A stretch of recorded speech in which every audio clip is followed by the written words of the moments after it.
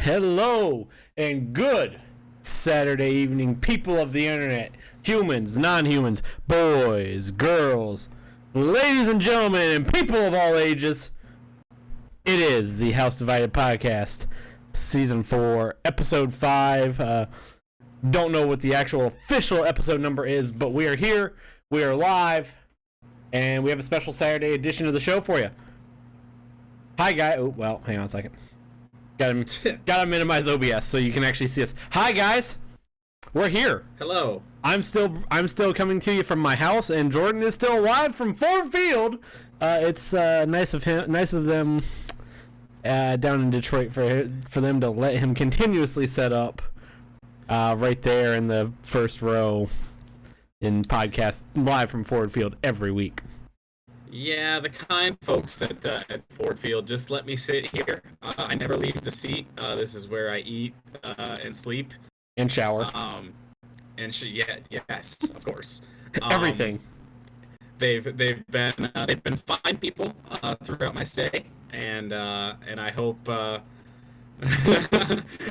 hope I can actually not be from Ford Field soon. I can figure out what's going on with my webcam, but Ford Field does the trick for the time being. Now, more importantly, though, do you still, even though they have been extremely hospitable, and they've let you stay there, do you still want Martha Ford to sell the team? Yes. Well,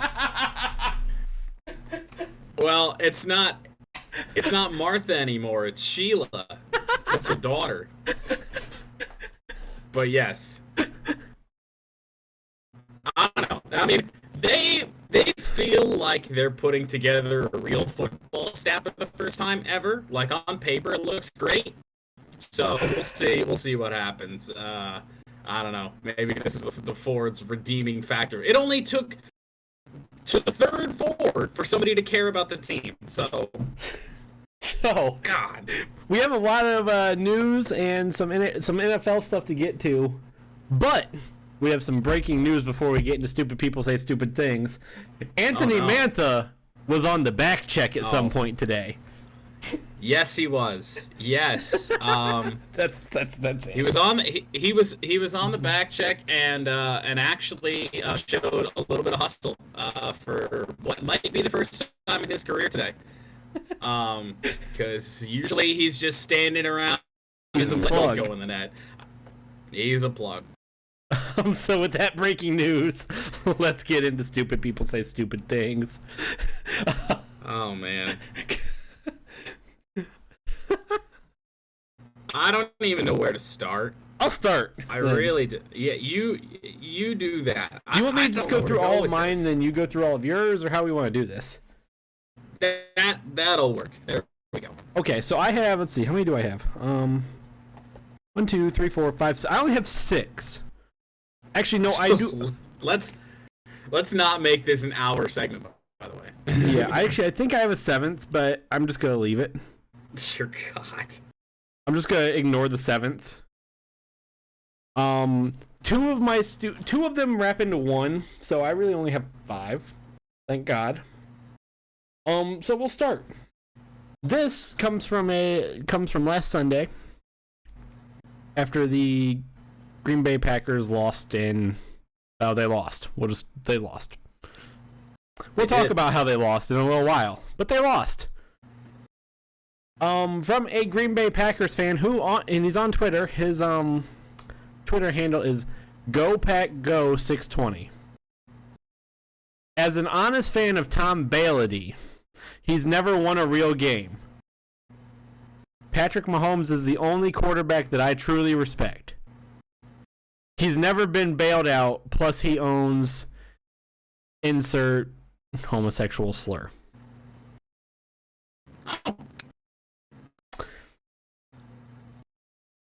So there's that one.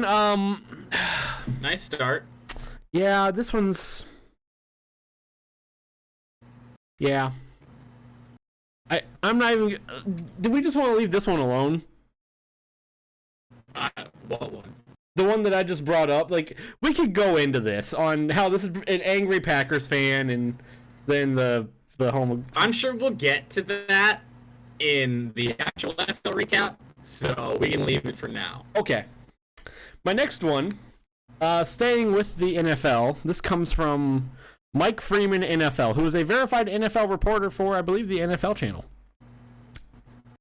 So, in other words, some backstory. He's seen a lot of football. Theoretically. Tom Brady taking the Buccaneers to the Super Bowl in his first season there is the greatest accomplishment in sports history. Not NFL history, sports history. Hate him, don't hate him, doesn't matter, it's a fact. Now, this one's not necessarily like stupid. On a scale of 1 to 10 and stupid, this one's like a 2.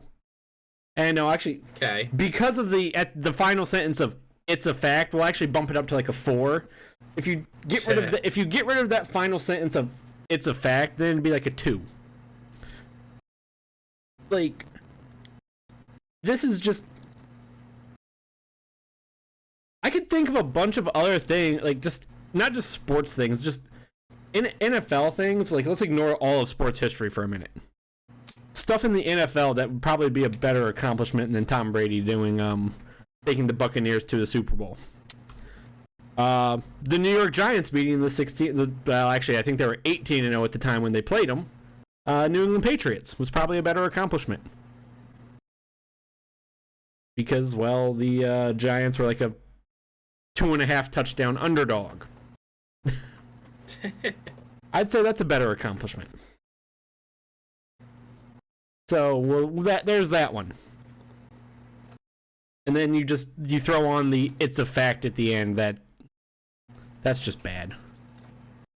Yeah, I always love people proclaiming things to be fact, or literally just saying facts in the comments. And it's just, like, most of those things are not facts. Honestly, if Mike Freeman didn't have the "it's a fact" at the end of the statement, I probably would have just looked at him and like, this is just this guy's opinion. Meh. Whatever. I mean, we could look at sports history. The Vegas Golden Knights going to the NHL their first season as a franchise is probably better. Leicester City winning the Premier League is not probably better, is 100% a bigger accomplishment because, well, everyone who watches Premier League soccer knows how hard it is to win the Premier League. Not just to win the Premier League, but to win enough games to even be in that position if you're not one of the big 4 or 5 teams. My bet is that he doesn't even know what the Premier League is, nor does he care. Well, yeah.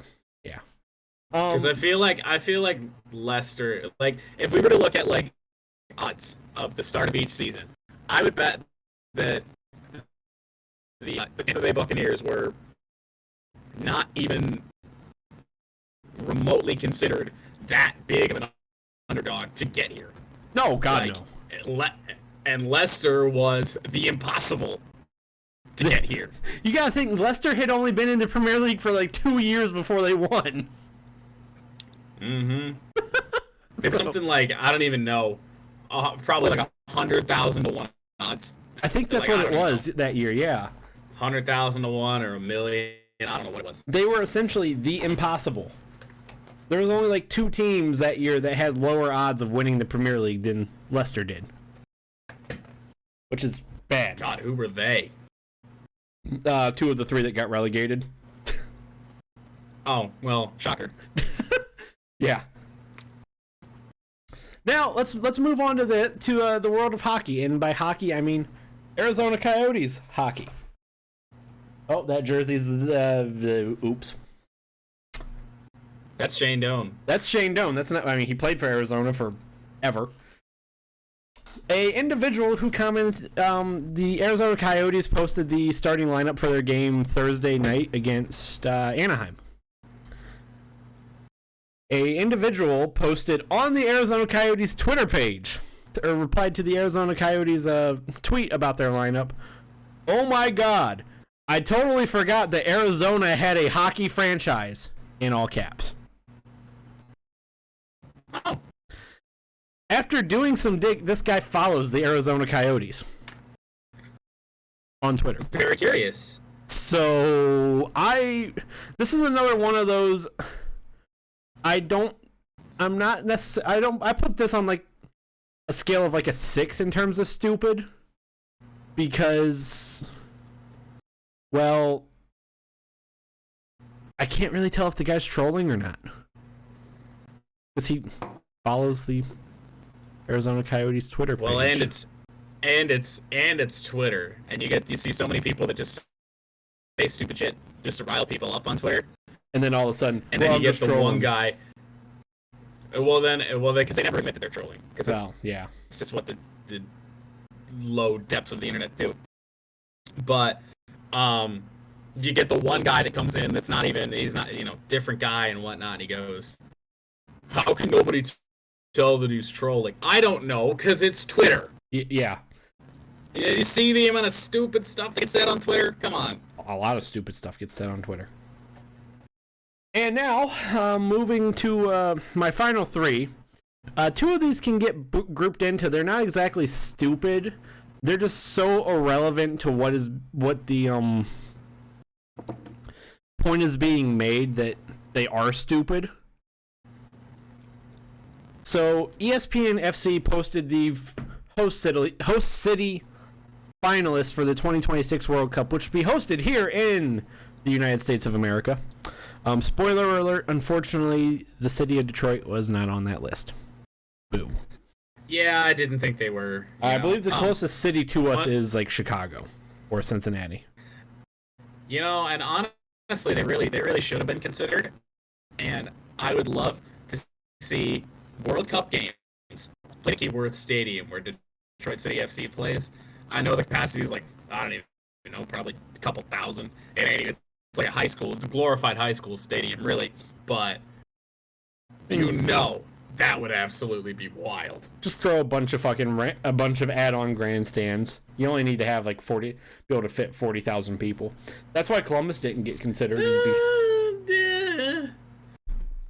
I mean, Detroit could have been considered. We got Ford Field, but they hate the idea of an indoor stadium. Well, yeah. Even though they don't hate the Silverdome hosted a World Cup. They don't hate it enough because AT&T Stadium is considered. Yeah.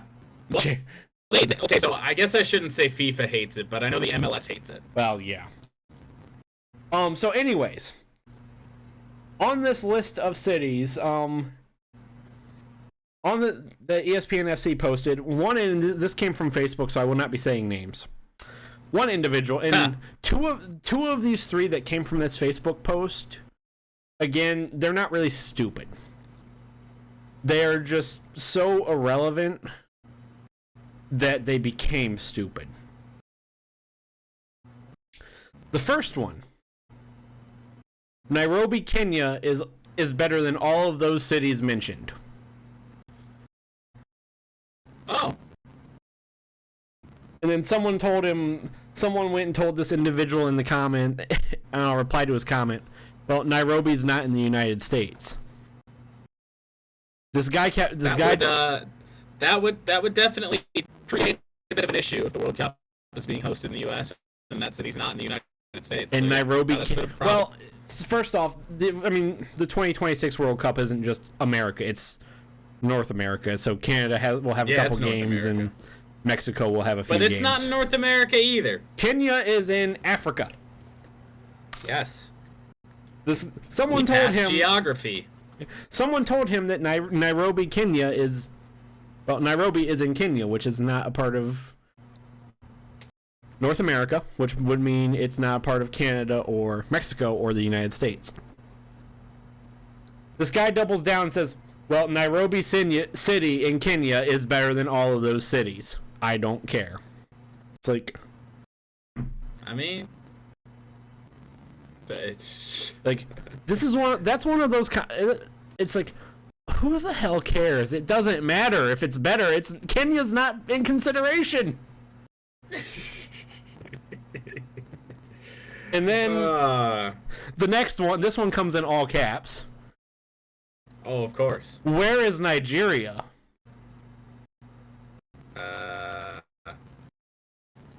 Where is it on a map? don't know.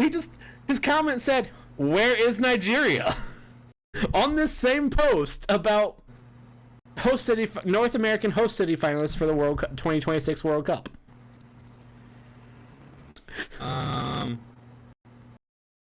I'm sure he was just looking for a geography lesson. I hope so. Right? Because Nigeria is not in the North American continent. No, it's in Africa. It is. And someone once again pointed this out to him, like, well, you see, the World Cup, the 2026 World Cup will be in North America, not Africa. So, yeah. And the final one. This one, I'm gonna name this person. I'm just gonna give the first name of this person from Facebook on this same post. Person's name is Karen. I'm not gonna pronounce the last name. Oh boy. Well, we know where this is going. Are fans allowed to attend, or will it be stupid and no fans like everything is now? COVID is a lie, and they just want to make more TV money. Well, there's a reason that Karen has become the meme that it is. Yes. That's because that all ladies named Karen are like that. Yes. Like, that one, out of those three from the ESPN FC post, that one is, like, the stupidest. Right. I just can't believe there's still people that think it's a hoax and it's not real. I don't get it. Yeah, I'm not even gonna go in on that one. I'm just because that in its own right we could be here forever on that. So there's my 6. I definitely could have had more because there was a lot of Baker Mayfield slander and some Myles Garrett, a lot of stuff from the Cleveland Browns media this week. Mm-hmm. Well, that I could have got into for my stupid people say stupid things, but I didn't. So take the floor. I will try to be as quick at these as possible. I do have 5 of them, which is higher than I usually have. I don't usually have this many. So this is on a post on Twitter. I think all of these. No, everyone but one comes from Twitter. That shouldn't come as a shock. I mean, they all either come from Twitter or Facebook. No, there is an Instagram one. There is an Instagram one again. Oh, NASCAR. Oh, no, NASCAR. Why you do this?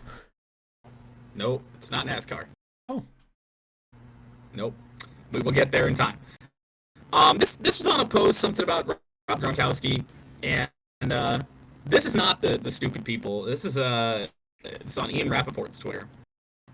And somebody just goes, Travis Kelce better. Fair enough. That's an argument that's to be had. Yeah. This guy replies, not a Hall of Famer, to Travis Kelce. He's the best tight end of the game right now, I think. Like prime Gronk, you could say maybe better than Travis Kelce, but not right now. Not a Hall of Famer, LMAO, one of the best tight ends to ever play the game. Top 10 all time, goes through some stats, blah, blah, blah, and finishes it with, you just got ratioed. How many likes do you think he got? 1. Let's try 0. Oh, that's... He didn't even hit like on his own comment. Huh. No. Normally people... They usually do. Yeah, I was going to say. Now, I'm going to actually have to stop you for 1 second.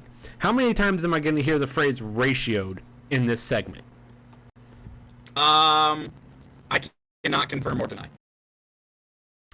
So you're saying I shouldn't take a shot for every time I hear the phrase ratioed? Oh, no, you'd survive. Oh, okay. It's not that many. So I don't need to actually go get more whiskey? No, you will be fine. Good. Good. Onward. Let me just knock the ratio ones right out the way. This is the Instagram one. This is on Mercedes AMG F1s. Oh no, and I heard this one. I don't even remember what the original post was. I honestly don't remember. It's not relevant. Mercedes replied to somebody, and some somebody going by the name of Alice, I'm going to say it's pronounced Alistair, but it's spelled kind of strange, tried to ratio Mercedes AMG Petronas F1. It didn't work at all. Can we just stop just commenting ratioed like you need some sort of self-validation from freaking Twitter likes? God damn it. No, because people need that self-validation from Twitter like, or Instagram likes, or social media. There, that's what we'll call it. Right. Because I'm sure that happens on like other. Right. So, this is indeed a sports podcast, and this is sort of kind of related to sports, given the person that it involves. So, Barstool Sports founder Dave Portnoy has been all over all the GameStop nonsense, right? Oh no, I know where this is going. I bet you I know where. I bet you do. Does it go back to his appearance on Tucker Carlson's show? It does not, and in fact, it's not even Dave. Oh, so I don't know where this is going. Never mind. Not even Dave. Does it have to do with the WNHL? No. I have no idea where this is going. Actually, I'll give you the floor. So this is centered all around the GameStop nonsense with all the stocks and everything, and the day traders and Robinhood. I mean, if you've been on the internet at all in the last couple of days, you've heard the story. So Dave Portnoy has been really, really hard on these, hedge fund guys that are trying to control the market, and then as soon as small retail investors try to do it, that's a problem for the hedge fund guys. So he calls out Mets owner Steve Cohen. Oh no, I do know where this is going in actually. Mm-hmm. I heard about this today. He calls out Mets owner Steve Cohen, and rightfully so. And Steve replies to him. Now Steve has since apparently taken a break from Twitter because of threats to his family. Or whatnot. Apparently. I don't know. That seems. I said I was gonna give you the floor, but apparently, there are people, and everyone who's listened to this podcast or has followed anything related to a lot of my content on the internet knows that I do not like Dave Portnoy because there is a large chunk of his fan base that they are the epitome of stupid people say stupid things. Yes. We could go to a Dave Portnoy tweet and probably just have an entire show of this. But yes, definitely the case. Apparently, yes, Mets owner Steve Cohen has had received threats on both his life and his family's life over some of the stuff with the day trading shares because he owns a hedge fund company. Yes, and now some people have gone into the the details of it, and his hedge fund is very much attached to everything that's gone on. Will we ever have any proof of it? It's hard to say. But I'll get into Steve's response to Dave here, and he says, "Hey Dave, what's your beef with me? I'm just trying to make a living, just like you. Happy to take this offline." Now, in other circumstances, that reply might be okay. But this is Steve Cohen. He owns the Mets. His net worth is $14 billion. Yeah. And he's just trying to make a living screwing. Hi, Jordan. He's back. Steve Cohen, I'm going to partially finish Jordan's thought. What? I'm back. Oh, he is. Steve Cohen is the richest owner in the Major League Baseball right now, by the way. Yeah, that should come as no surprise. But, $14 billion is this guy's net worth, and he's bitching on Twitter about trying to make a living. It's ridiculous. But that's all I got on that. We now move on to, this is another one I've told you about, and I think you even saw it on your own. The Cleveland Browns nonsense. So, I don't follow the page that initially tweeted this article. Don't. But I do follow Baker Mayfield. And Baker Mayfield retweeted this article. And good God. He was, so some of you Browns fans just are ridiculous. I don't remember what he actually said. He was just calling out the person that wrote this, essentially. And the article that was written was that the Cleveland Browns need to think about Deshaun Watson. Now, this was written by Dog Pound Daily, which is affiliated with Fansided, and they're verified on Twitter, an actual real media outlet. And, they're writing this article. Now, all of the Browns fans that I saw reply to this were just like, unfollowing. Like, this is ridiculous. Like, what? We go to the playoffs, we got a good quarterback, and you guys are drawing up scenarios where we're, shipping them out of town. Just absolutely ridiculous. They get roasted for it. They, defend their writer, blah, blah, blah. Well, do you think that, all of the, every media outlet, their editors, you think they believe what some of their writers post? Their views don't always align. Whatever. So, in response, a separate writer for Dog Pound Daily writes that they should not be in the sweepstakes for Deshaun Watson, just to essentially say, hey, that writer's dumb, and and they're just pandering to the fans that they still had left. Yeah, just absolutely ridiculous. And if you go to the page of the guy that wrote it, because they do put his Twitter link right in the tweet. He's like, well, first week as a Browns writer, might not have a job in the second. There were very few people that came to his defense. A lot of people were just saying, like, dude, you wrote a dumb article. Like, you're just trying to be Skip Bayless and just say ridiculous things that you don't actually believe just for clickbaits or reactions, things like that. And then you got the other people that are like, well, but people can't take a joke. I'm sorry, this is sports media. This isn't a joke. This is like this. You're a reporter. You're supposed to be writing. There's You don't write for the Onion. Yeah. So I do want to. Is that all of your stupid people say stupid things? No, I have one more. So okay, well, real quick, just on this Browns thing, like the Cleveland Browns media. And even some Browns fans seem to be very divided on this.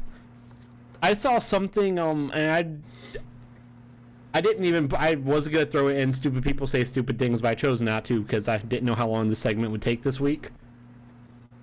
I saw someone bring up career wins above replacement for Baker Mayfield and Deshaun Watson. Huh. I didn't know NFL tracked wins above replacement. I thought WAR was a baseball stat. I'm assuming that they don't. I thought WAR was a baseball stat. I believe it is, and I bet somebody just went and Googled career wins Deshaun Watson, career wins Baker Mayfield, and that's their calculation. Most likely. Because I don't think the NFL tracks WAR. Yeah. Like, someone was like, well, Deshaun Watson has a better career WAR, and he has a better career quarterback rating, and like all of these irrelevant fucking like, when we're not even gonna look at WAR because I think for this season, because I think it's not a real stat in the NFL because it's not. Right. Baker Mayfield had a significantly better quarterback rating than Deshaun Watson this year. Baker Mayfield had significantly better every statistic than Deshaun Watson this year, I believe. And that could partially be, this whole Deshaun Watson requesting a trade thing. I bet that he decided that he wanted out of Houston well before. Oh, yeah. The news actually broke after the season. I bet mid-season he was just like, half-assing it out there. You know, and you know, I understand it because that Texans team was not going anywhere. Yeah, like that Texans team hasn't been going anywhere since they traded Clowney and DeAndre Hopkins.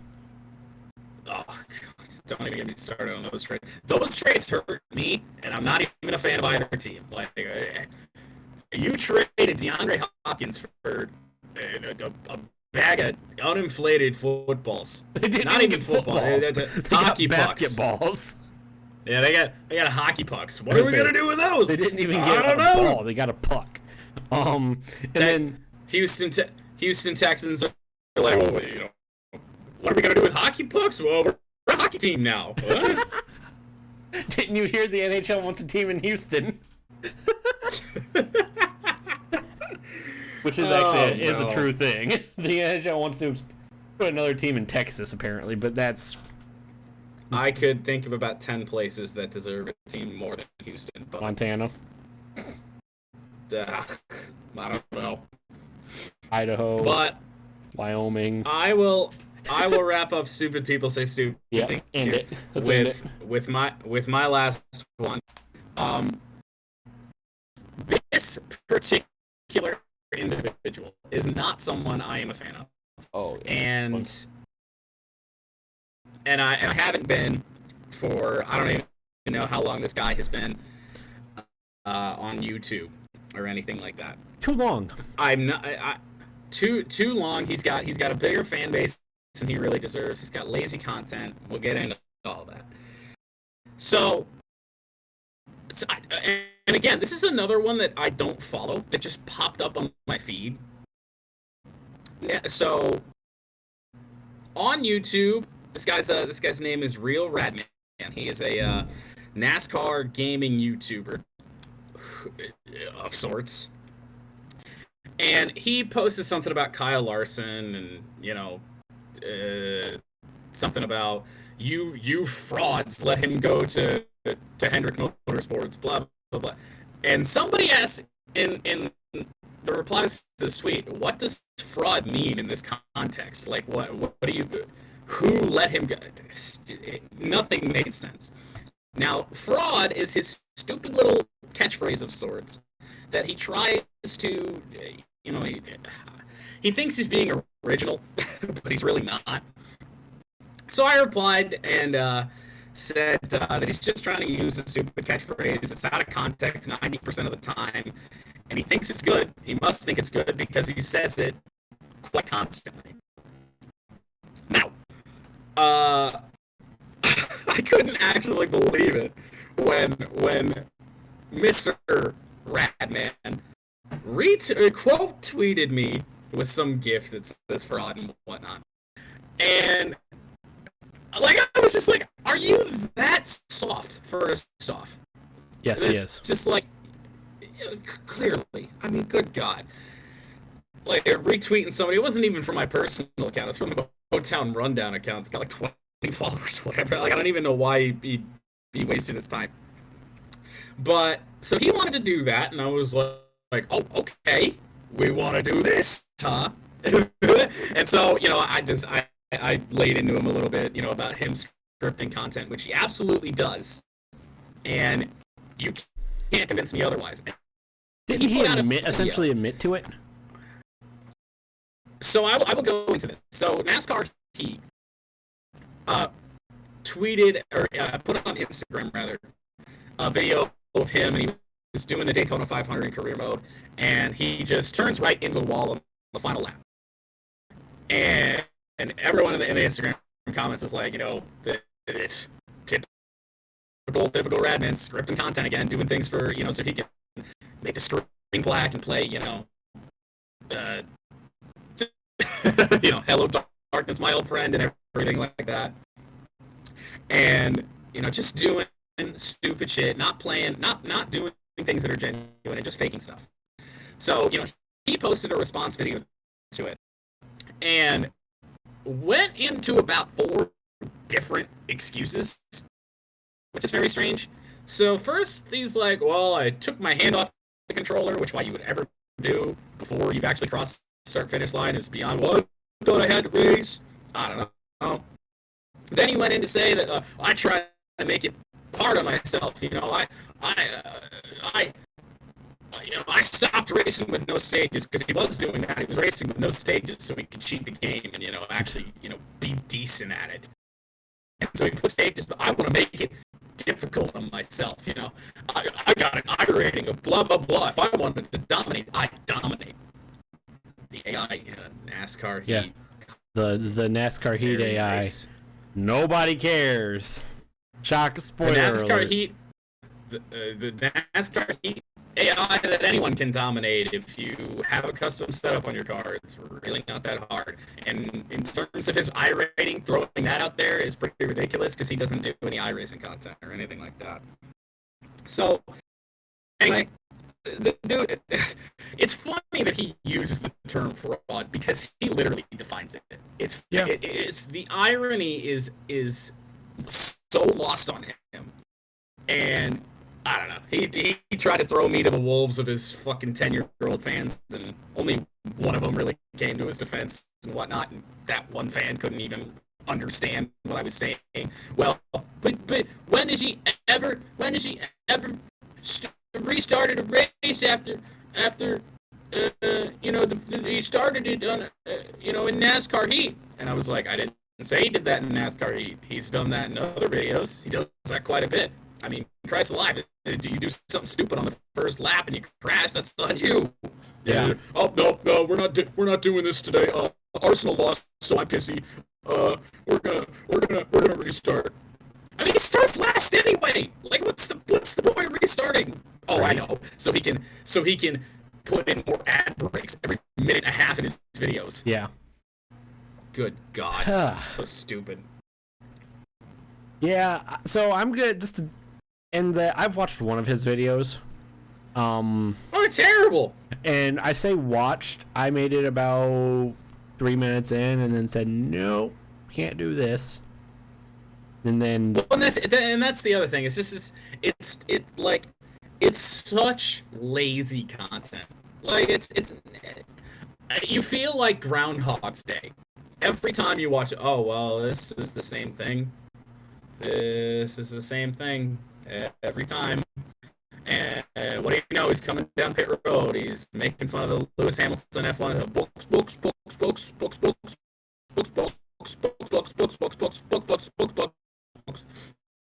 He says it a ridiculous amount of time. Oh, what do you know? Oh, it's a new video. Oh, he's doing it again. Oh, I see. Oh, he did something stupid. Oh, here we go. Oh, he's gonna cry about how bad the game is. All right.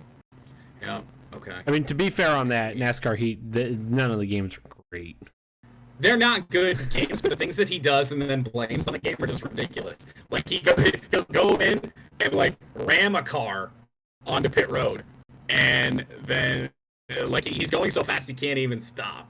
And then, why are you going so slow? Oh, I don't know, because the speed limit to get on pit road's 20 miles lower than what you're going. Yeah. Absolute fucking cog. Yeah, well, that ends Stupid People Say Stupid Things, because I don't have anything else. That is it. For everybody who made Stupid People Say Stupid Things this week, congratulations, you're fucking stupid. Yeah. You don't win an award.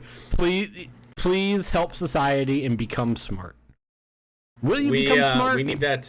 No. We need that Willy Wonka clip. You get nothing. You lose. I need to find. I'm gonna find that for next week's episode. I think for next week's show. With that being said, guys, let's get into the news because we have a lot of it, and I mean, and not anything we're gonna particularly. I would not spend a lot of time on, but there was a lot of news. I'd say there will be some that we might spend a few minutes on, but there's a lot. So first off, shifting from the funny, the stuff we can joke about to a little bit of sad news from the baseball world. Hank Aaron died at the age of 86 last, I believe, Friday. Last Friday. Yeah, that's right. Yeah, it's been a while since we've done a podcast. The Friday following last podcast. Hank Aaron, baseball lost a great individual, great man. Hank Aaron died at the age of 86. Yeah, and I think that sums it up. Just a great individual, great person, and great ambassador for the sport of baseball. For a lot of people, even to this day, Hank Aaron is the home run champ, and they don't care, what anyone tells them, with Barry Bonds and, the steroid use and all that there. But, Hank Aaron is just such an important part of baseball history. And I don't think he definitely won't be forgotten by the game anytime soon, if ever. Really just a great legend, and it's unfortunate that he's not around anymore. It really is. Yeah. Staying in the world of baseball, we're gonna try and move through a few of these a little bit quicker. Per reports from both CBS Sports and Mark Tompkin of the Tampa Bay Times, the Toronto Blue Jays could be playing their home games in Florida in their spring training facility this year instead of in Buffalo. The reason they would not be playing in Buffalo this year is because, well, there's going to be a AAA season. As of right now with COVID and everything, and whether or not the Blue Jays would be able to continuously get in and out of Canada for home games, that right now does appear to be an option on the table for the Toronto Blue Jays. And per reports by Mark Tompkin, this seems like it's a very probable. It's definitely these. I mean, I'm sure for the Blue Jays, they would rather be in Toronto. But this seems like the primary second option right now. It does, and it makes sense. The Raptors playing down in Orlando right now, or are they there in Tampa? The Raptors, I think they're in Orlando still.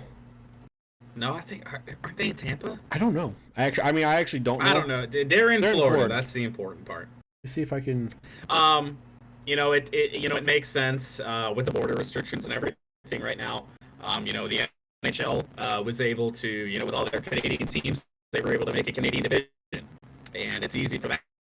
But when you have one team north of the border, it becomes a little bit difficult. And I think they're Florida over, Dunedin is interesting, but yeah, or that's not. It wasn't Dunedin. It was Buffalo. That's right. Yeah. Well, they're gonna be in Dunedin, Florida, over Buffalo. Okay. But yes. But yeah, no. It makes all the sense in the world given the shitty situation that they're in. It's the only baseball team north of the border right now, and it's just like everything else that's going on. You're just trying to make the best of the situation that you're given. Yeah. Like you said, I'm sure the Blue Jays would rather they play their games in Toronto. 2 years they're gonna pass now. Between them playing a game, at Rogers Center or whatever the fuck it is, Rogers, whatever, because all of Canada's owned by Rogers. But yeah, no, just make the best of a tough time in the world, and there's really no other place for them to go if their previous home from last year is going to be used for minor league baseball. Yeah, with the AAA season occurring, Buffalo looks like it is going to be a very difficult swing. Playing in Buffalo this year looks like it'll be a difficult swing for him. Moving on from the Blue Jays to NBC Sports. By the end of 2021, so this year, NBC will be shutting down NBC Sports Network, as all of their properties on NBC Sports will be there is a typo here. This says shitting towards USA Network. I noticed that in reading over the notes, and I didn't know if you did, but yes, that is that's a close second to Will Amos champ right there. Yeah. NBC Sports Network properties, which is all Olympic sports pretty much. Beach volleyball. Hockey, some golf, and NASCAR. Oh, and IndyCar. Yep. Can't forget IndyCar now too. All of those at the end of 2021. Anyone that chooses to renew contracts, those will be shifting towards USA Networks. This is gonna put some things in limbo because I know the NHL, their contract ends at their TV contract with NBC ends after this season. Yes. Which could actually open the door up for ESPN and Fox to get back into the game here. And it could. Oh, yeah. Go ahead. No, I was gonna go on a little bit of a little bit of a spiel. So no, go ahead, because I mean, I was gonna bring up the fact that NASCAR could take all of, or Fox could take all of NASCAR now too, and hopefully, no more golf tournaments will be put on NBC. Yeah. This was reported almost a month ago. It didn't actually, break until this last week or so. But this was something that was talked about for a while, and there were initial thoughts because USA Network hadn't really been mentioned. It wasn't something that I think a lot of people considered. Because USA Network David Land. Everything on USA is like prime time. Is just regular fucking TV shows now. Right, they got a lot of TV shows, a lot of crime shows, and everything like that. Yeah. And so it's a very, very different swing. But they do have Monday Night Raw and everything. So I guess they have a little bit of skin in that game already. But there was initial thoughts that at least IndyCar could be put behind the NBC Gold paywall. And you were going to have to pay the subscription price to get any IndyCar content. So the news coming out that all of that's going to shift towards USA is good. What becomes of that, I don't know. Especially with NASCAR and IndyCar, it's either going to have to you're either going to have to schedule that appropriately because IndyCar is on NBC the entire season. NASCAR for the second half of their season. Second half of the season could get pretty crowded in terms of that TV schedule. So it'd be really interesting to see how they're going to work that out. But USA Network, I think, is a good choice. It's way better than NBC Sports Gold because nobody likes that. It's just that was what I was really afraid of. Yeah, you were going to have to buy a whole separate. Cable's already expensive enough for people as it is, and then and that's exactly why it's called a paywall. You put an entire series behind that, and they've already done it with IndyCar practice and I think qualifying and things like that. But to put an entire series right there to just subscription based would be just terrible, and it would be bad for IndyCar, and that would be really unfortunate for them. Being stuck in the contract, and all of a sudden they're just shoved away to the online streaming. But USA Network is a great choice. I don't anticipate much changing, I wouldn't imagine, other than the network that everything's going to be on.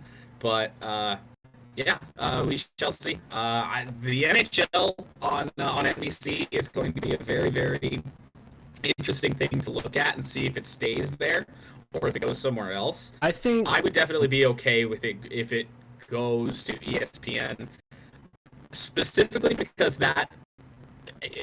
they don't talk much hockey because they don't have the rights to it. And if they were to get the rights to the NHL again, I think it would only do good things for the sport.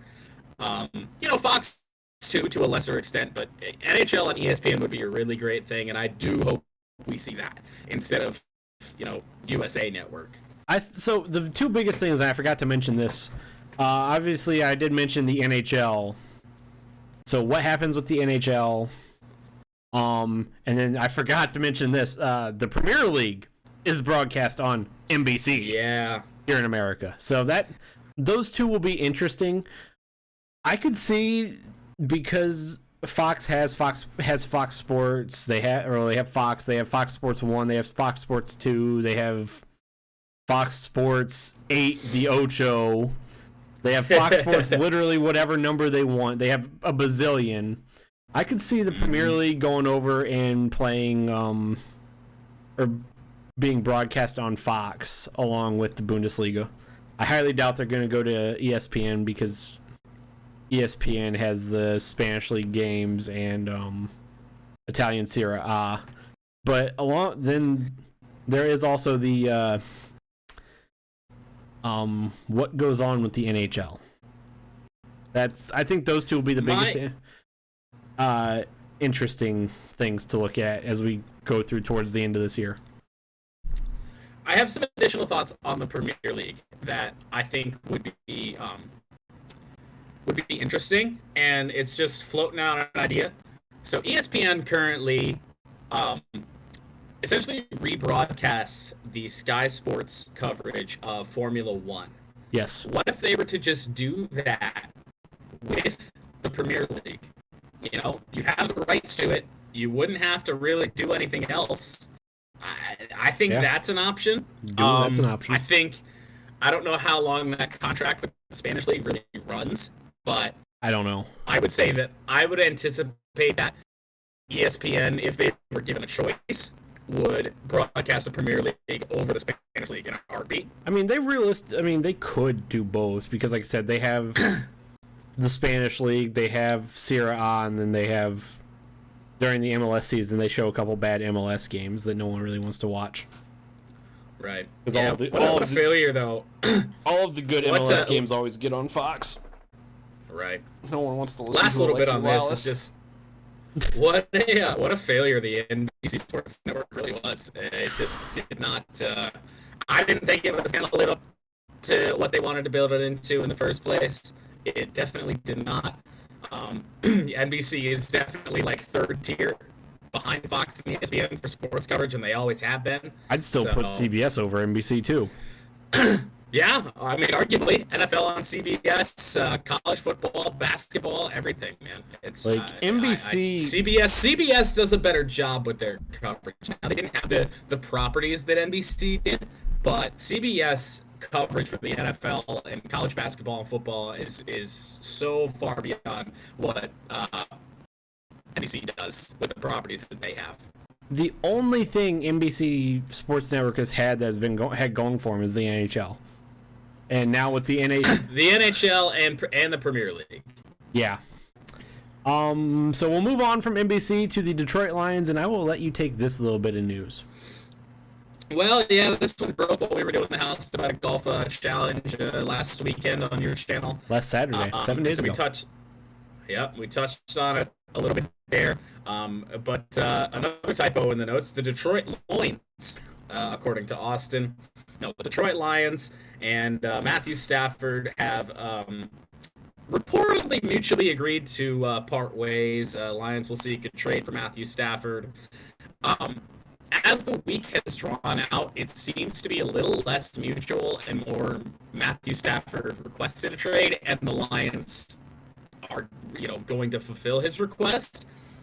Either way, it's difficult for me as a Lions fan. Stafford's been here for 12 years now.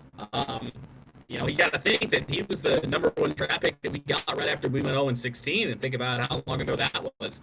And so he's been here a while. Is this the right move? Yeah, probably. Does it make it suck any less? No. No, it's never going to be the right move. It's never going to make it better. No, and the only thing that I can really think about, in my lifetime anyway, of this magnitude is the Tigers trading Justin Verlander.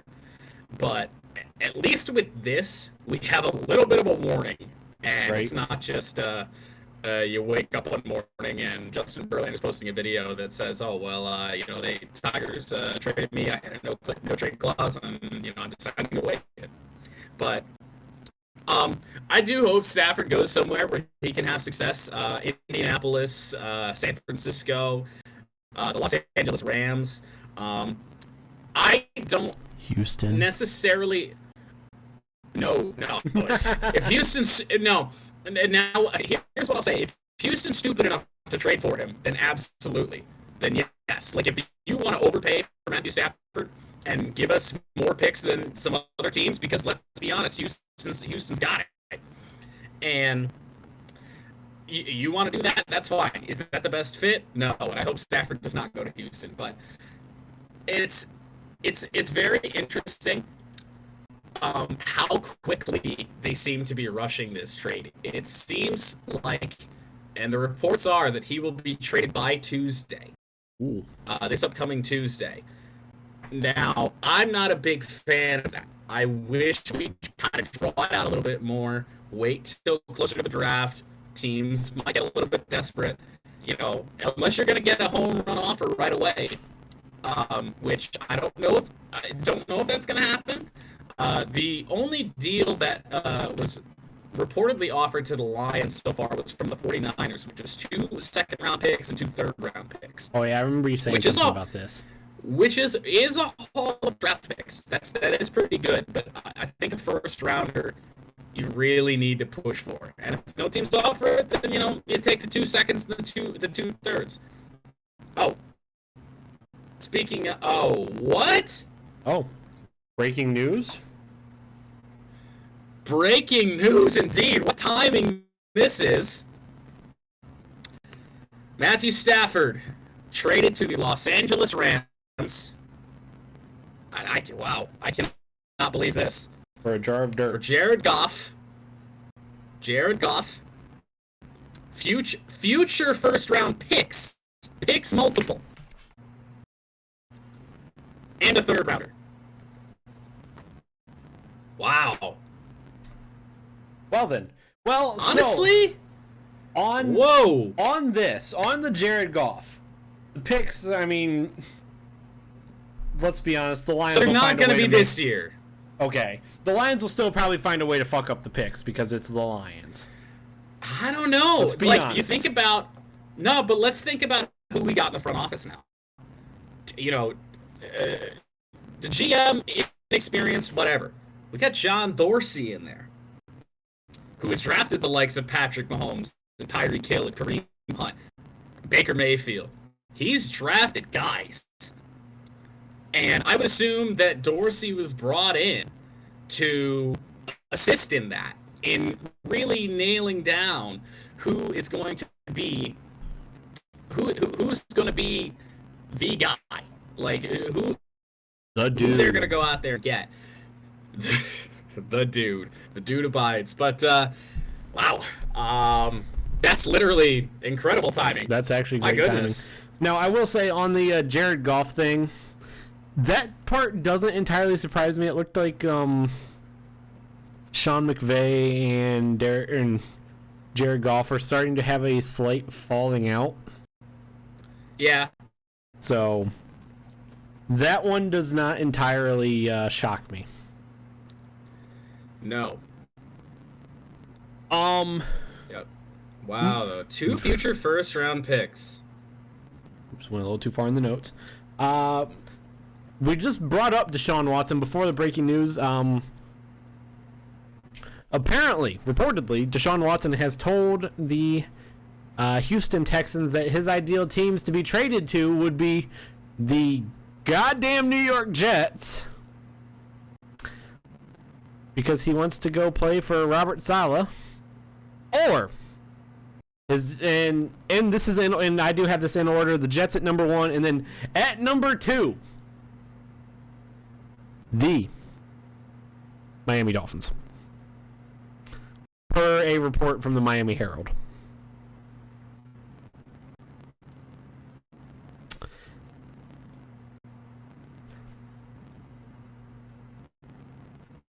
Yeah, Jordan Silence says it all right there. Deshaun. I was digging into the Stafford stuff. Sorry. Watson wants out of Houston because he wants to go play for a winner, but he wants to go to the New York Jets, who most likely won't be a winner next year. Yeah, or the Miami the Jets Dolphins, who most likely might compete for finishing second in the division next year. Yeah, the Jets don't have a team, and getting traded to New York, I don't understand the motivation there, other than wanting to play in a market that isn't Houston. Robert Saleh, that's it. That's it. But even still, yeah, that's it. I mean, but yeah, you're right. Like, why? You're going to a new head coach, like, yes, that you might, have ties to and everything, but it's just not. It's not a good situation over there, I don't think. And if you were worried about wasting your career away in Houston, well, then the Jets are going to waste your career away too. So yes, that they are. Sarge, we did actually just touch up on the Stafford trade news. You just missed that. That was actually we broke the news with perfect time. We were literally talking about Stafford. Oh, he's going to get traded within the next 72 hours. Oh, he's getting traded right now. He's getting traded at this moment. So yeah, that's the Deshaun Watson. Like, I mean, I don't get it. Yeah, we'll see. We'll see where that goes. Yeah, that's interesting. Well, just so we can get through this a bit quicker, I'll take some more of these. The University of Michigan Athletic Department cancels all activities for 14 days. We are on day 7. They won't be able to start activities till for another 7 days till next Saturday. The big one here, Michigan basketball gets hurt a little. I say gets hurt, but really because they're probably not they're not going to be able to make these games up at this point this year. They kind of just not likely. No, like. They just get 2 weeks off. You get a little mid-season reprieve. As long as Michigan basketball continues to play as good as they have been, forget that one game against Minnesota where we got blown out. We've been great all year long. And, you think about if they keep this up, it won't hurt them one bit. And, you're not gonna hear too much about it. If they start to stumble and are really getting hurt in all that, start to play bad, then you're gonna have a problem. You're gonna have a problem because you've lost games, and we're gonna have an Ohio State situation where people are gonna be like, well, my team played this amount of games, and this team played this amount of games. We played more games, and we didn't make the tournament, but Michigan did. Yeah, so I don't think Michigan's a bubble. Michigan's not a bubble team for the tournament at this point. They would have to lose out. I hope we. Oh well, yeah. We would have to be pretty terrible.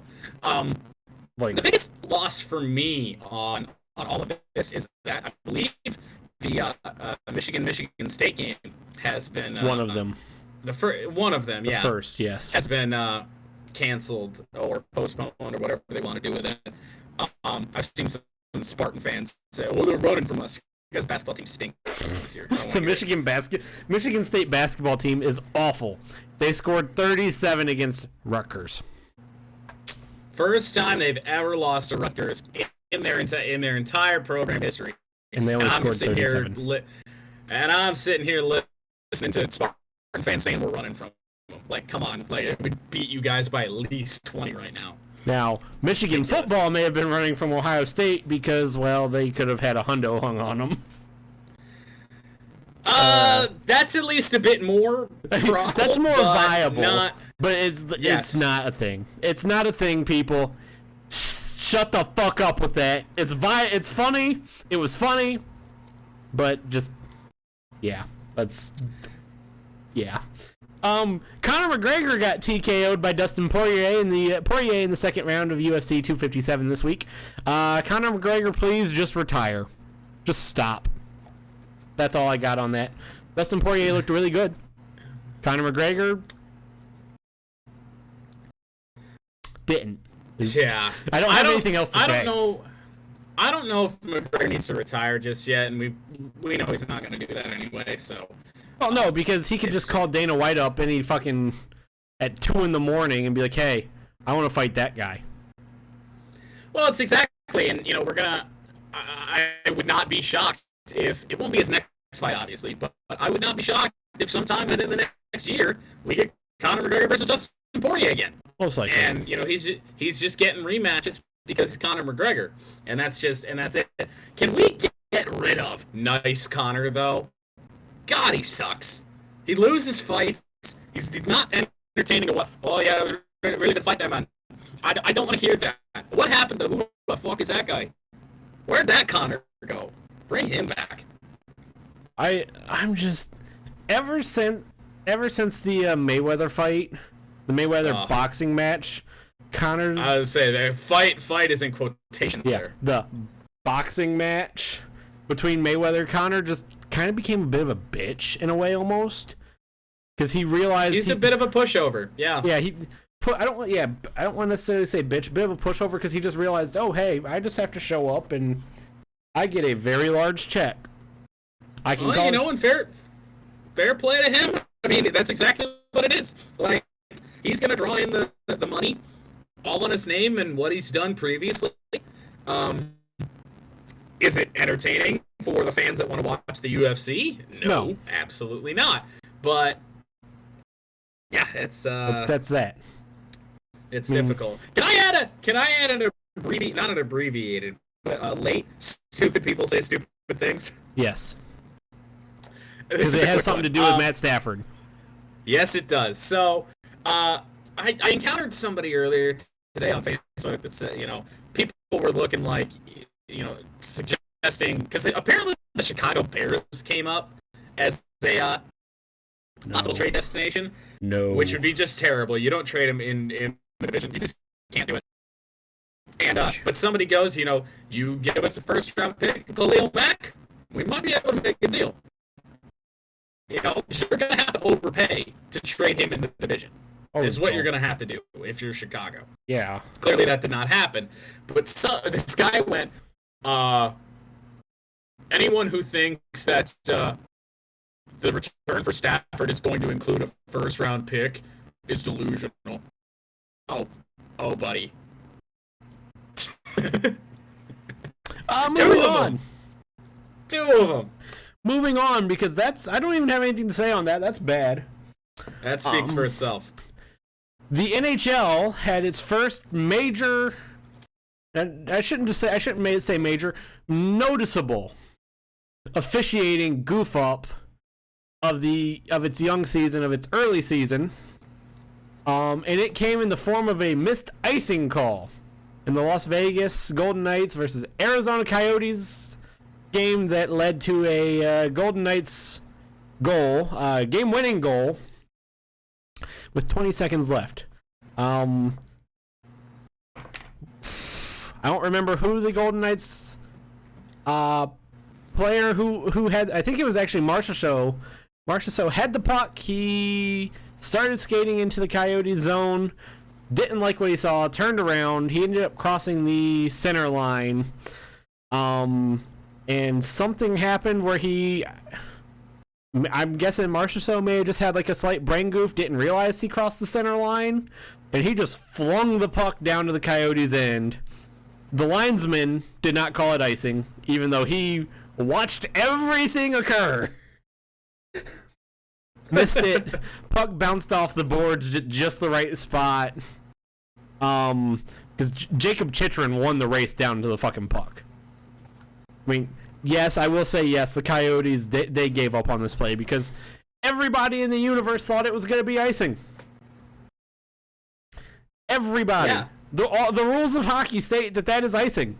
Because it wasn't like he wasn't trying to pass the puck. He just honestly probably had a brain goof up and just, because it kind of like, when he turned around, it looked like they were maybe just trying to get into overtime, or he didn't see a play that he didn't see a setup that he liked, and he just went back and it looked like he was trying to dump the puck in. And it just went over the red line, or the center line. Um,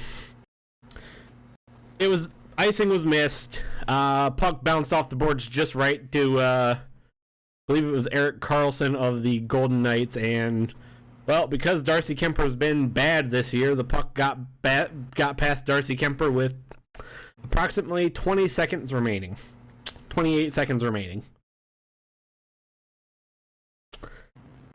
This made the news. This made the news because we don't actually see too many of NHL officiating fuck-ups. No, not many. And we also don't have a lot of NHL to talk about until we get to our month one recap of the NHL. Right. You want to take this next piece of Chelsea news? Oh yeah. An unfortunate one, honestly, for me. Because it's a very tricky situation to be in, and it's a tricky situation you put yourself in when you have a team legend serve in any sort of coaching or management role. And the Chelsea Football Club have fired Frank Lampard after 18 months of being the team's manager. Some people, not many people, honestly, from what I've seen, are honestly on board with it, because I don't think what this team's problem was anything to do with what Frank did. I just don't think this team is very well put together. Team's just we don't Chelsea's really have just bad this year. Right. We just don't have a lot of we just don't have a lot of talent that meshes together right now, and you even saw that in this last game this last weekend, or earlier this week, where we dominated time of possession, everything, and yet just couldn't score. And I think we played to a 0-0 draw with whoever the fuck, somebody we should have beaten. And with Thomas Tuchel or whatever his name is, I don't love it, because I guess this guy's a bit of a difficult manager to work with. So apparently he's a very skilled mind, great mind for the game, but is he the guy that I necessarily want at the helm of my team right now? I don't know, but it's not Frank's fault. He just didn't have the talent, and I honestly wish they'd keep him on as some sort of assistant, and let him become a better manager, because I think Frank Lampard is still one of the best promising young managers in soccer. And I've seen reports. This firing's going to live with him for a little while. Oh yeah, I've seen reports that Chelsea might be looking at a gentleman named Mose Mourinho. It's a joke. Jose Mourinho is not coming back to Chelsea. I was gonna say it's something I'd have to think about. Honestly, I wouldn't be shocked. I would not be shocked if that somehow happened, because Mourinho and Chelsea are just that's an on again, off again love affair. It really is. And hey, we bring Mourinho back, we're good for 3 years, and then we gotta fire him again. It's just the way it goes. I'd be okay with it. At least I know what I'm getting. Right, you're getting 3 years of good. And you have a couple players still in that team. Azpilicueta, he might actually be the only one now. I think he's the only one now. But players that have played for Mourinho before, and I mean, Azpilicueta's the captain, so hey, you get the team to buy in. You know what? I'd say bring on Jose Mourinho. What's the worst that could happen? You're good for 2 years, and then. Okay, well, no, we're usually good for 3 years. Just fire him after the third year, no matter what the results are, and we're good. Dude, go. We'll see. We'll call you back in 2 years. And then we'll just repeat this cycle. So we'll go Mourinho and Antonio Conte and Frank Lampard. And Maurizio Sarri, I forgot about him. He wasn't here long. Oh man. Just terrible. Moving on. Ohio State Athletic Director Gene Smith applied for the Pac-12 commissioner spot. Apparently he has not heard back from the Pac-12, probably because the Pac-12 knows He's a fuckbag. Now this does not really come as a big shock to Ohio State fans because, well, Gene Smith has been applying for every commissioner job that has opened up ever for the past 10 years. Because, well, he knows every Ohio State fan in existence hates him with a burning passion.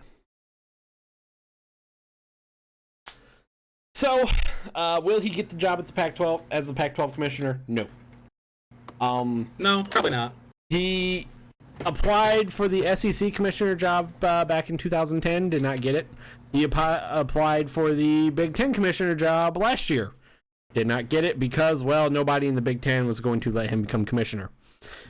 I will say the reason this made this time, well, obviously it made the news the last 2 times. We just didn't have a podcast at the time. The reason this, I will say, is the first one that is like a legitimate shot because, well, you look at the SEC is not going to let him come in. Fuck no.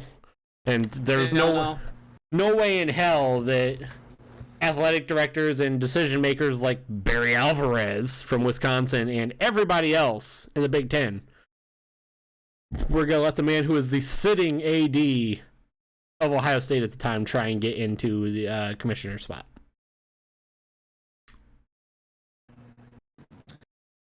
Oh boy.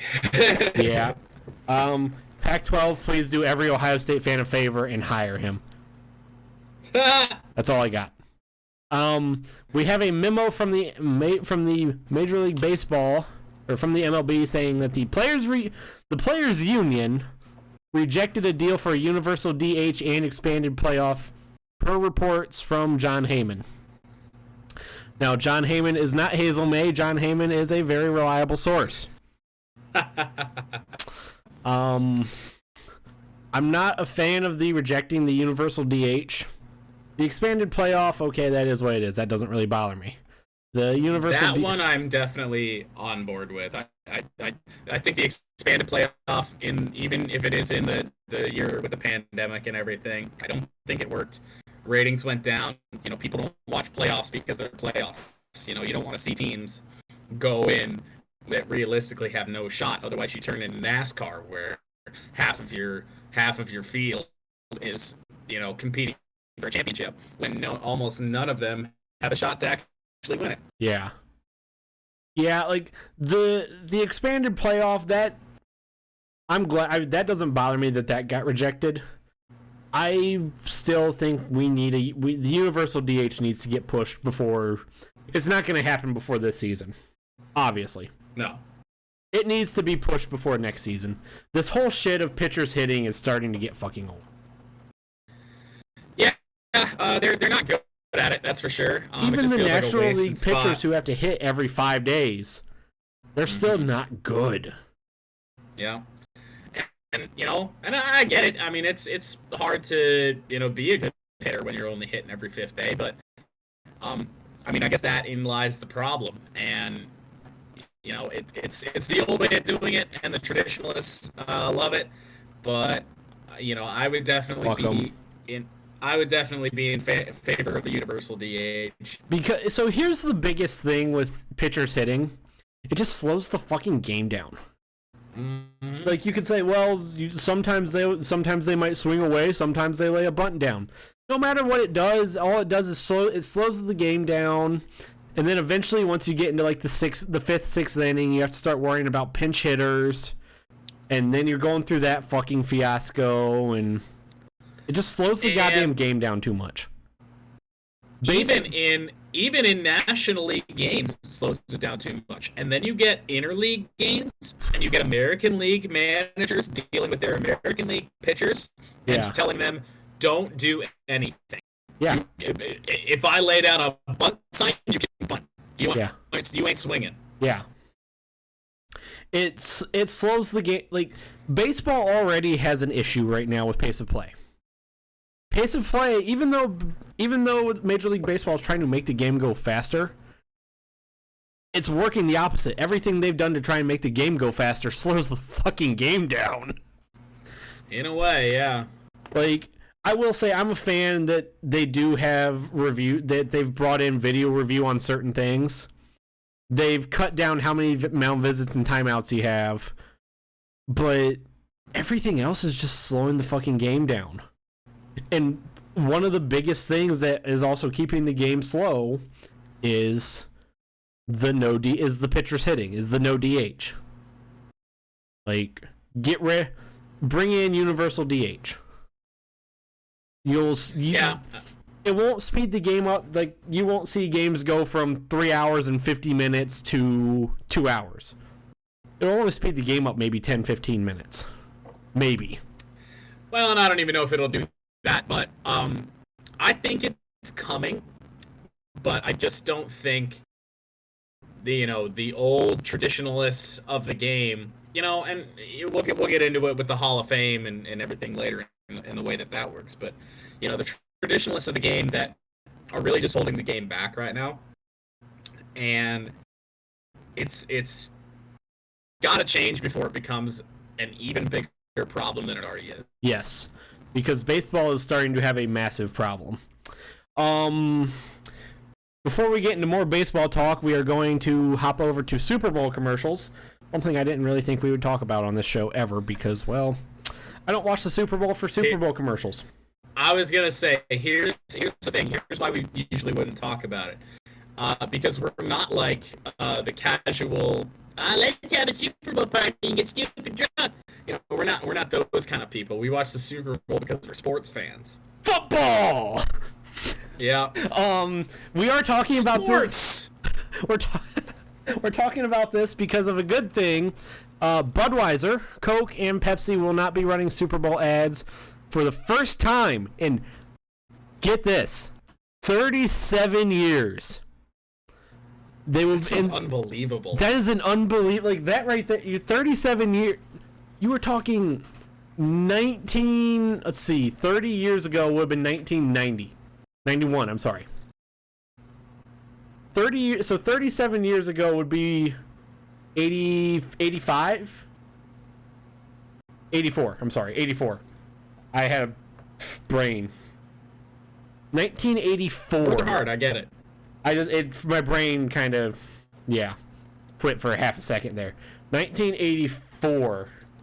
I also had to, I had to look at what year we were actually in. 1984 was the last time that Budweiser, Coke, or Pepsi did not have Super Bowl ads. Instead, they will be using the money that they would have spent to get a Super Bowl commercial, a Super Bowl ad, which the money they spend is a very, very large amount. One would say a fuck ton. Yeah, fuck ton is about accurate. They will be using that money instead to raise COVID vaccine awareness and access. Budweiser, Coke, Pepsi. I don't usually applaud large corporations for doing something that, one should do. I don't applaud large corporations for being good individuals, but... Right. You guys... Hats off to you, except, I can't take my hat off right now. My hands are occupied over here at Ford Field. He's busy at Ford Field keeping that baby away. Yeah. That baby is really an appropriate feeling of how Lions fans probably feel. The majority of sensible Lions fans probably feel about the Matthew Stafford trade right now. So yeah, no. Other than the return, but just the fact of him being gone. Other very quick thing. This is entirely off topic, in a way. On the Stafford situation, before we move on. So Jared Goff getting acquired by the Lions. Do they flip him somewhere else? Carolina.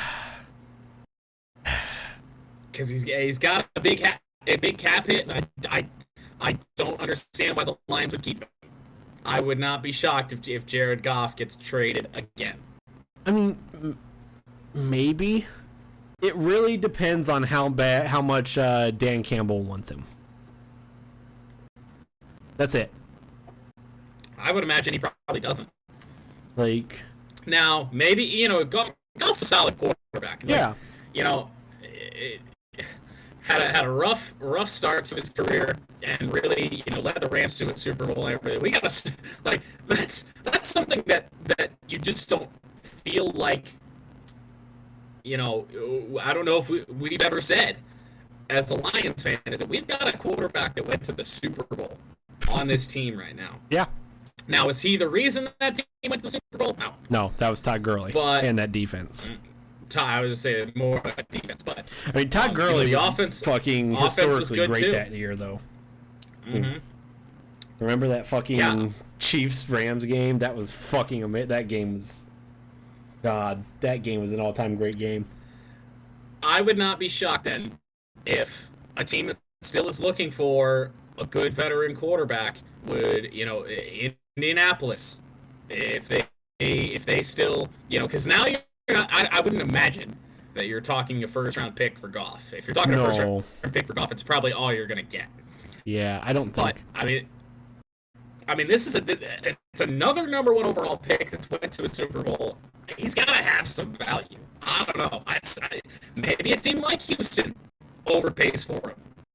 I don't know. I have a suspicion that Jared Goff will not play a game for the Detroit Lions. See, like I said, I think for that it does fully depend on how much Dan Campbell wants him. I feel like Dan probably wants his own guy. He wants to go out and get. Trevor Lawrence seems to be out of the question unless we're trading up, which I don't know if I'm quite in favor of. But there's no way Jacksonville's gonna let go of that pick. I would imagine not. But that's the only thing with Detroit. There's no guarantee Jacksonville takes it. Justin Fields still in play there. Yeah. So there's no guarantee. So you look at who's got the 2, the Jets. Yeah. They're looking to trade for Deshaun Watson. After that, a team at 3, Cincinnati. They don't need a quarterback. They got Burrow. Since what Cincinnati does, actually Cincinnati might not be at 3 anymore. I can't remember. No, I think Cincinnati is actually at 5. I'd have to look. Let me look this up. I say if it actually is Cincinnati, they probably won't because they still have their eyes set on Panini Sewell. Let's see here. It's Jacksonville, New York, Miami via Houston. Oh yeah. So they in theory, because they're in on Deshaun Watson too. They're not looking for a quarterback necessarily, because I think Tua is still their guy, even though there's talking to them trading him, in the Deshaun Watson deal. But Atlanta, I don't think they're ready to move on from Matt Ryan. They should. Then Cincinnati at 5. I don't know if they should. Like, Matt Ryan's not their problem, and Stafford wasn't the problem in Detroit either. I think that will be a conversation we'll have to table for a later day. Right, Atlanta's not in a spot where they are looking to rebuild right now, I don't think. They had a bad year. I thought they were going to have a much better year than what they had, and they just didn't. So then Bengals, Eagles, Lions. I don't know. You trade up to 3 potentially. And even if you don't, we don't even have to get Lawrence, but Justin Fields should be available unless some crazy shit happens with Jacksonville, and Trey Lance as well, which is kind of a wild card. But Trey Lance seems to have a lot of a lot of talk around him with the Detroit Lions. So yeah, interesting, and we'll have to see what happens with that. Moving on back to baseball, we have a couple baseball rapid fire things here. Actually, that's not entirely true. We have one in between all the baseball stuff. So we're actually gonna get to the one. We're gonna get to the Jacksonville Jaguars news first. Former Jacksonville Jaguars head coach Doug Marrone got hired by the Alabama Crimson Tide to be the offensive line coach. Yeah. Yeah. I don't really know what to say on this. Nick Saban, what are you doing? Why are you bringing this guy? This guy shouldn't have a job anywhere. Please, punt him to the curb. I mean, he's coaching the offensive line. I mean, it's not. it's not the kind of hire you would expect from Alabama, I don't think, because I don't think Doug Marrone is a big name guy. So it's a very curious thing. Very, very bizarre. I don't quite understand it, but then again, I don't usually question Nick Saban. Yeah. So yeah, Nick Saban knows what he's doing. Let him do what he wants, and they'll probably still win a national title with Doug Marrone on their staff. Back to baseball talk. The Cactus League and Arizona health officials are reportedly going to be asking the Major League Baseball to delay spring training because of severe COVID issues in the state of Arizona. Thoughts? Quick thoughts, because we still have stuff we have to get to. Yeah, the news is way too long. My God. The news. Well, we did take the freaking Matt Stafford detour. Right. Interesting that they're thinking about that already. You know, you do have to take everything seriously with the virus and things like that. But you know, spring training, you think it's still 2 months away. Now, well, pitchers and catchers report in 20 days. Right. But I think it might not even be 20 days.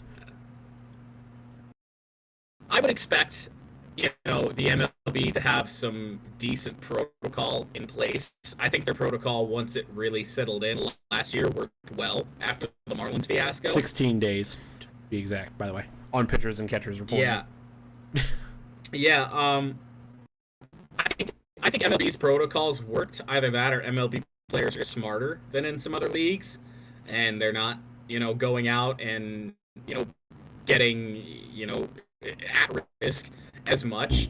But it's because they don't have the fucking time. Well, and that's true. And then in that sense, then, you know, there really shouldn't be as much of a worry. But, you know, at the same time, like I said, you got to take it seriously. Anything you can do to prevent the spread of everything is good. But we'll see what happens with it. Yeah, this will be one of those interesting stories to keep track of as we get closer to full pitchers and catchers reporting in 16 days, and then full on spring training in 2 months. About a couple bits of Cleveland Indians news. We'll start off with one that this became a fucking debacle. Holy shit! Yes. This was like a full on 2-day fiasco in the city of Cleveland and the state of Ohio proper. Because yeah, this was bad. We brought up Hazel May. This may have actually been worse. Distinctly possible. Supposedly, according to a man by the name of Dan Clark. Never heard of him. Dan Clark was the one who broke the news of the Manny Machado to New York trade, like 3 hours before Machado went to San Diego. I was gonna say, yeah. So a trade that didn't happen. Yeah, I got it. Yeah, he reported that the Yankees were gonna get Machado, and then Machado ended up going to San Diego like 3 hours later. At 4 a.m. or no, 3:30 in the morning. I believe it was actually this past like Monday or Tuesday. 3:30 in the morning. Dan Clark, Jordan just got booted from Discord. 3:30 in the morning, Dan Clark sent a tweet out that said the Atlanta Braves were in talks with the Cleveland Indians to trade Jose Ramirez. Now, here's where this story gets odd. And I wouldn't say odd. This is where this story just starts to get fishy. Dan Clark did not cite his sources, obviously, which no reporter really does. Dan Clark... Yeah, you really can't. Yeah, you can't. Dan Clark closed off all replies to that tweet and basically every tweet he had.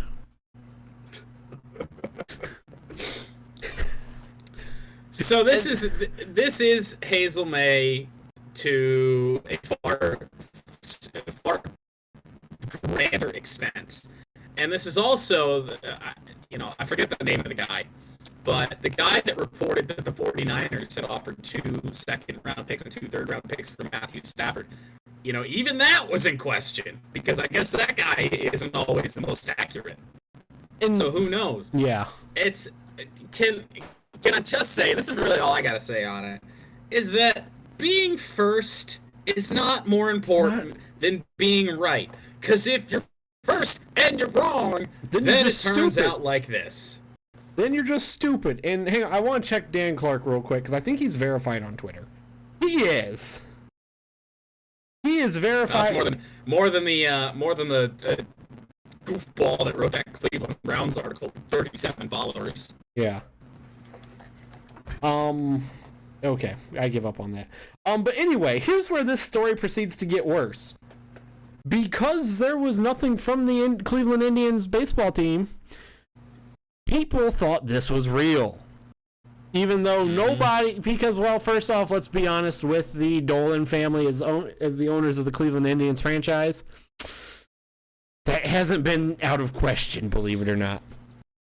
Considering the only other thing the Indians have done other than trade away players this offseason was sign one player who we will get to in a minute.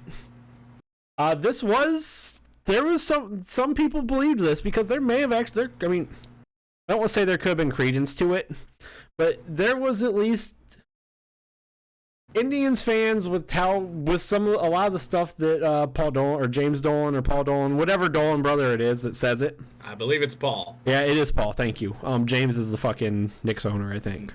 Yep. Paul Dolan has said about various players on the Indians, namely Frankie Lindor. That was the biggest one. Everyone thinks that, well, Dolan, the fact that the Indians have repeatedly traded away their star players, have repeatedly been one of the 2 primary contenders in the division, yet they are still playing like they are a small market team that expects to lose 100 games. People believed this. So this story proceeded to get worse when Cleveland News Channel, Cleveland Fox 8 aired this story on the 6 p.m. news. Oh no. Oh yes. Oh yes. As the Kool-Aid Man said, oh yeah. Oh. Yep, it made Fox 8 news. Made Cleveland news. It was in the newspaper, everything. Now, and it was wrong. The trade has not happened. Trade most likely will not happen. Because, first off, if you want to at least, the fucking Atlanta Braves trading for an infielder, yes, Jose Ramirez is good, but the Braves? The Braves have a few infielders. And they're good. And they're good, and they do not need Jose Ramirez. This whole story was just a shit show. We'll stay with the Cleveland Indians. They finally, as I did mention, do a thing that isn't trading away players. They signed Cesar Hernandez to a 1-year, $5 million deal. The podcast notes say $5. While this is something I believe Dolan would do, the Players Union would not like that. It is a $5 million 1-year deal. So, this will make things interesting, because that means the Indians now have 3 middle infielders. The two they got from the Mets, and now Cesar Hernandez. Yeah, and Cesar Hernandez and Ahmed Rosario, I would imagine, are going to be the middle infield. The primary middle infielders, yeah, and then Jimenez is gonna probably get dropped down to AAA. Yeah. Most likely, staying with baseball, nobody was voted into the Hall of Fame this year. This is the 4th time this has happened in the history. Those other 3 years were 1971, 1996, and 2013. We touched on it earlier. We're going to try and rapid fire through these last couple bits here. I touched on it earlier. This is the traditionalists. They're starting to put the game into a bad spot. Something needs to be taken care of. Yes, a lot of the players on the ballot were steroid users. There was, yeah. They were, and it's a tricky scenario because even me, who generally does side with, I think we still put guys like that in the Hall of Fame. Like Barry Bonds, I think does belong in there, because you look at Barry Bonds' career before the steroid use was Hall of Fame worthy. So I don't think that Barry Bonds was a great hitter already. So I don't think that takes away. What are we going to do next year with A-Rod and David Ortiz? Well, David Ortiz doesn't have the direct tie like Alex Rodriguez does. Yeah. So I think David Ortiz does eventually get in. Is he first ballot? No. I think he will, because he's one of the most liked players in the fucking game, or at least in the recent history of the game. I love David Ortiz, and he killed my hopes and dreams in 2013, I think. And with that Grand Slam over the head of Torrey Hunter. Let's also not forget about Prince Fielder just like falling. Yeah. Oh yeah, that one. No, wait a minute. Actually, that was in 2013. That was a couple years. That was the 2012 World Series. Yeah, that was the year before. No, the absolute, the problem with the Tigers has always been bullpen pitching, and we allowed 2 grand slams late in games to the Boston Red Sox that really kept us from going to the World Series back-to-back years. So, that still stings. But I love David Ortiz. I think he was a great player, great guy for the game, and he's doing pretty well as a broadcaster right now with Fox too, as well. So yeah, I think David Ortiz. I think David Ortiz. I don't know if he's first ballot because of the voting. I don't think they're going to put him in first ballot because they're going to be like, well, he never played defense. They're not in favor of a universal DH. We're talking about a DH getting into the Hall of Fame. Well, I still think he will be first ballot because his hitting statistics are just that good. Right. Now, real quick, before I don't want to get too deep into the subject, this will be another one we can save for another time. Real quick though, because I am in favor of this. Do you think, as of right now, I'm going to put a little backstory to it. Right now, Hall of Fame voting by the Baseball Writers of America is mostly anonymous. They can share their ballot if they so choose to. Do you think, though, that everyone who can vote for the Hall of Fame should have to show their vote? Release their vote to the public, I should say. Honestly, yeah. Because what is honestly the point of all this secrecy, other than the writers just not being I would say not man enough, but I know there's both men and female writers that have Hall of Fame votes, but they don't have. There's no accountability to it. Accountability is a good word. They don't want to be held accountable for keeping people out, and that's absolutely wrong, and especially in the case of some guys that have been denied the Hall of Fame, and honestly, Curt Schilling, and I put him on the graphic for good reason. You can say what you want. He is on the graphic. I didn't look at the graphic when I put him on. Curt Schilling is on there, and because he's been the most vocal, which should come as no surprise, about the Hall of Fame, and he's requested that he not be eligible next year. He would rather take his chance with the I don't remember the name of the committee, but the I think it's the Legends Committee or something like that, that takes a look at players for Hall of Fame eligibility after their initial 15 years is up. Yeah. He would rather take his chance with them. Because he'll get in. And that's the thing, is because he will get in, and he should get in. And say what you will, I don't know what the reasoning is. Whether it is the political nonsense. I don't agree with Kurt. Say it is political nonsense, and I don't agree with his political opinions. Curt Schilling, in terms of political opinions, he can be a bit of an ass.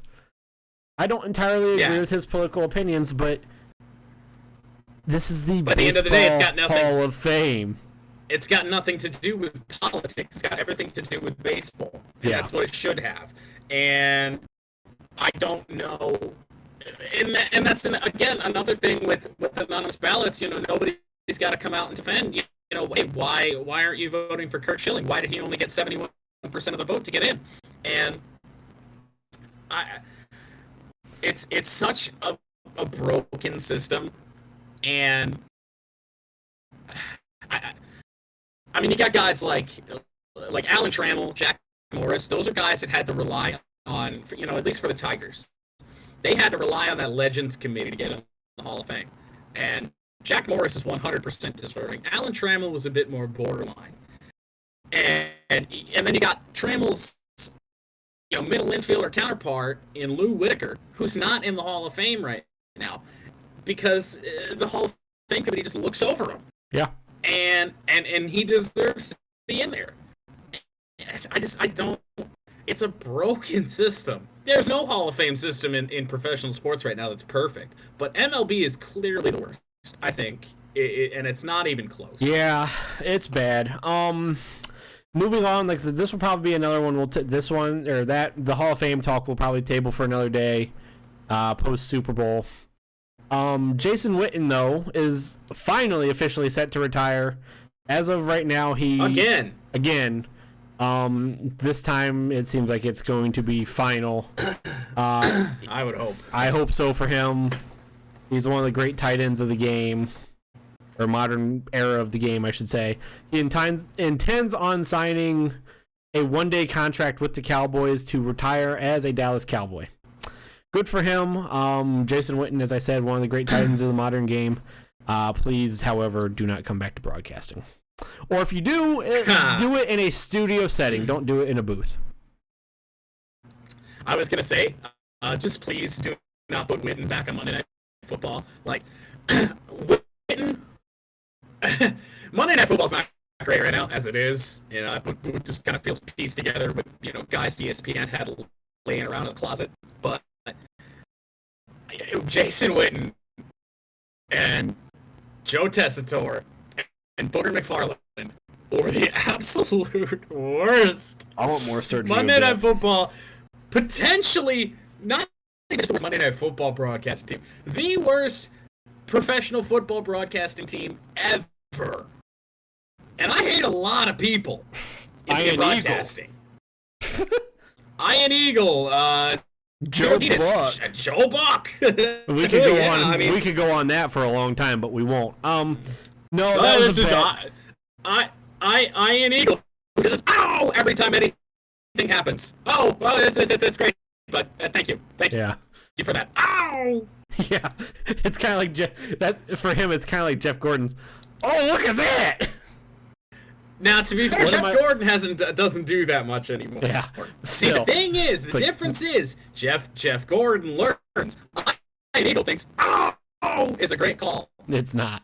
I mean, Jeff Gordon's look at that call was great because it's like, what are we looking at? Because whenever he would say that, the camera crew would never follow it though. Oh man! So we should do on this topic. We should do a revisit in one of these weeks where we don't have a lot of news. Remember in the early stages of the podcast we did top 10 and bottom 10 broadcasters. I wouldn't mind revisiting that again. We should revisit that one again. It's been a while. I feel like it would be 3 different. years. It has. Yeah. It's been a couple of years. Now, as I was saying though, just to finish my thought, Jeff Gordon's look at this was always funny because Fox's NASCAR crew would never actually go pan to what he was talking about. They'd always just keep the camera set. And you're like, well, what am I looking at, Jeff? This! This is the thing with Jeff Gordon, is that he was, being in the sport for as long as he was, I feel like that portion of his broadcasting in the early days was because he wasn't the casual fan. He wasn't the one that was, that needed everything explained to him. Everything just comes naturally for him. Yeah. So when he says, "Look at this," he's looking at something live and thinking that everyone's going to get what he's seeing. And it wasn't the case. So look at this. But, it still didn't help when the what's camera going on, crew. Jeff? It still wouldn't help when the camera crew wouldn't even pan to what he was wanting to talk about. He'd say, Right. "Look at this," and then he'd be talking about something that's going on in the midfield. The camera crew's Right. focused up on whoever's up at front in the lead by 2 seconds. I think this NASCAR booth this year is going to be absolutely stellar, by the way, with Mike Joy, Clint Boyer, and Jeff Gordon. That'll be a fun one. Oh, man. Clint Boyer is going to be hilarious. That'll be a fun one. Now, moving on to this. This is a funny piece of news. This piece of news. This is funny. This is bizarre. Former, and I say former, I should also add in disgraced, failure, awful human being, NBA ref Tim Donaghy, who spent 15 months in prison back in, I believe, 2006, 7, something like that. It's been a while. Yeah. Has finally made his way back into the world of officiating, this time in Major League Wrestling, not WWE, not NXT, not All Elite Wrestling, not any type of wrestling, Major League Wrestling, as a, get this one, corrupt official. That is his role. Now, so the Major League Wrestling had this thing called the it was Caribbean Slap Wrestling or some shit like that. I think that was the name of it in the article. Well, when you're MLW, you have to do silly, gimmicky things. The whole point of the Caribbean Slap Wrestling was you have your two wrestlers, Wrestler A and Wrestler B. I don't remember Wrestler A or Wrestler B's name. Because, well... I don't know anybody in MLW, so I cannot help you. Okay, perfect. They have to, while wrestling each other, eventually, to win the match, have to touch all 4 turnbuckles. What the fuck? It's the stupidest gimmick ever. It is. Here's where Tim Donaghy comes in, though. Wrestler A... a casket match.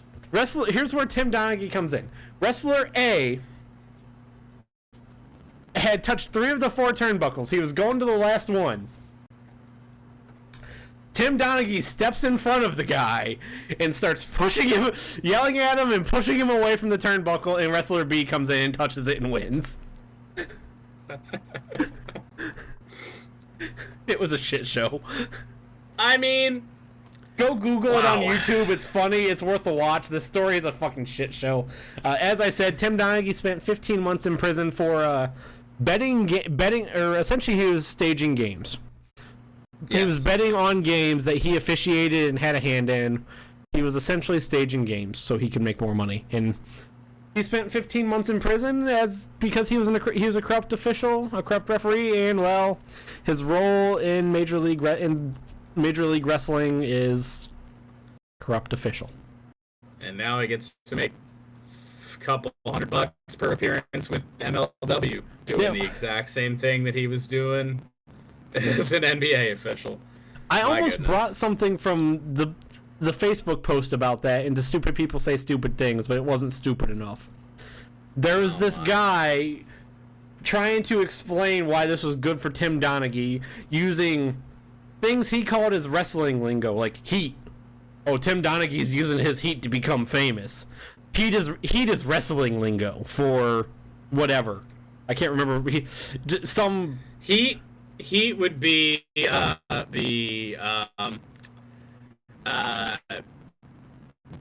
trouble you're gonna get yourself in. You say something stupid, the fans. Heat is something you want if you're a heel. You want to piss off the fans. But he didn't even use it like as that. He didn't even use it right.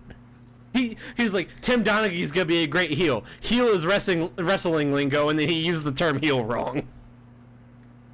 Nice. It's like, oh my god. But anyway, guys, that concludes the news.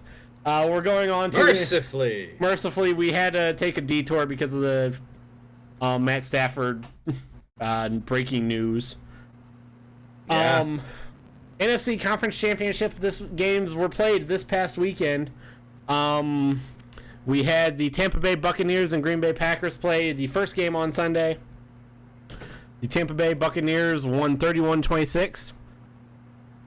I will take the lead for us here for both of these. Stuff happened in this game. Tampa had a big lead at one point, and then they didn't. Tom Brady threw 3 interceptions in the second half, one of which was very bad. The other 2 were not entirely his fault. No. The Packers couldn't do anything at all. On the final offensive drive for the Green Bay Packers, Aaron Rodgers could have ran the ball into the end zone to possibly tie the game. Oh, also, by the way, off of those 3 Tom Brady interceptions, the Packers only scored 6 points. Aaron Rodgers on the final Packers possession could have ran the ball into the end zone to possibly tie the game, but he chose not to. Matt LaFleur then ended up having a stupid and he fucked a donkey and chose to kick the field goal instead. This is where things get stupid, though. It is important to note that up until this point, with 2 minutes left in the game, only 4 penalties have been called all game. 4. How many of those were pass interference penalties? 0. Goose egg. Zilch. Nada. Nil. Nil. Then a man by the name of Cletus happened. Yes, Cletus, also known by many as Cleet, because who the fuck wants to go be known professionally as Cletus? Cleet Blakeman, who, well, he was reffing this game and he's considered one of the worst refs in the game right now. A lot of Lions fans, I saw something like all through Twitter, Lions fans were saying, well, it's great to know how the Packers feel because Cleet Blakeman apparently fucks the Lions over a lot. A lot of officials fuck over the Lions, but I don't know if Cleet Blakeman's near the top of the list. Anyways, on 3rd and 5, the Fighting Tom Brady's needed a first down to win the game.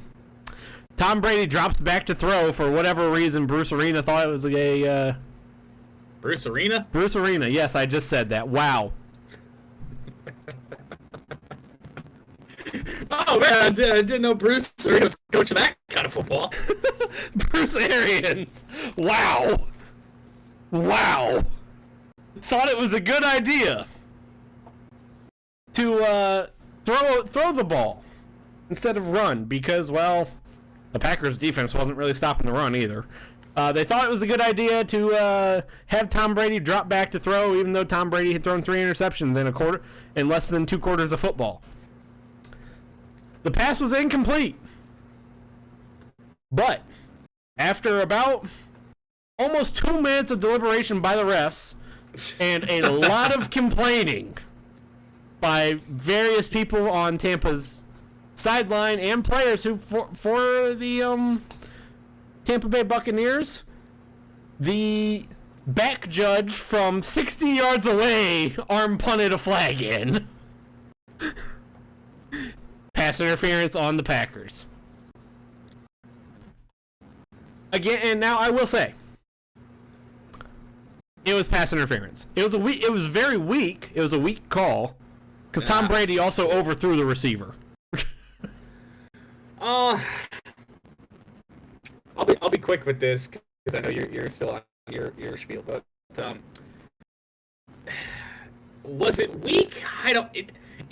In a normal game, in a game that's called like most NFL games are, I mean, it's called 100 times out of 100. I mean, the guys, I wish I would have put a picture of this in the graphic and whatnot because the guy's got the jersey pulled 2 feet off he the guy's had body. the undershirt pulled. He didn't actually have the jersey pulled. Whatever. It doesn't matter. No, I mean, I agree with that. I do agree with that. I still think it's a weak call, especially how this game had been called the entire day. Well, yeah, with that being said, it is, in a sense. So, like, they were letting defensive backs get away with murder that game. Well, but that on both sides. Yeah, oh, yeah, no. Like, they were calling it fair. Right. It's just, like... I don't know if that game is any different.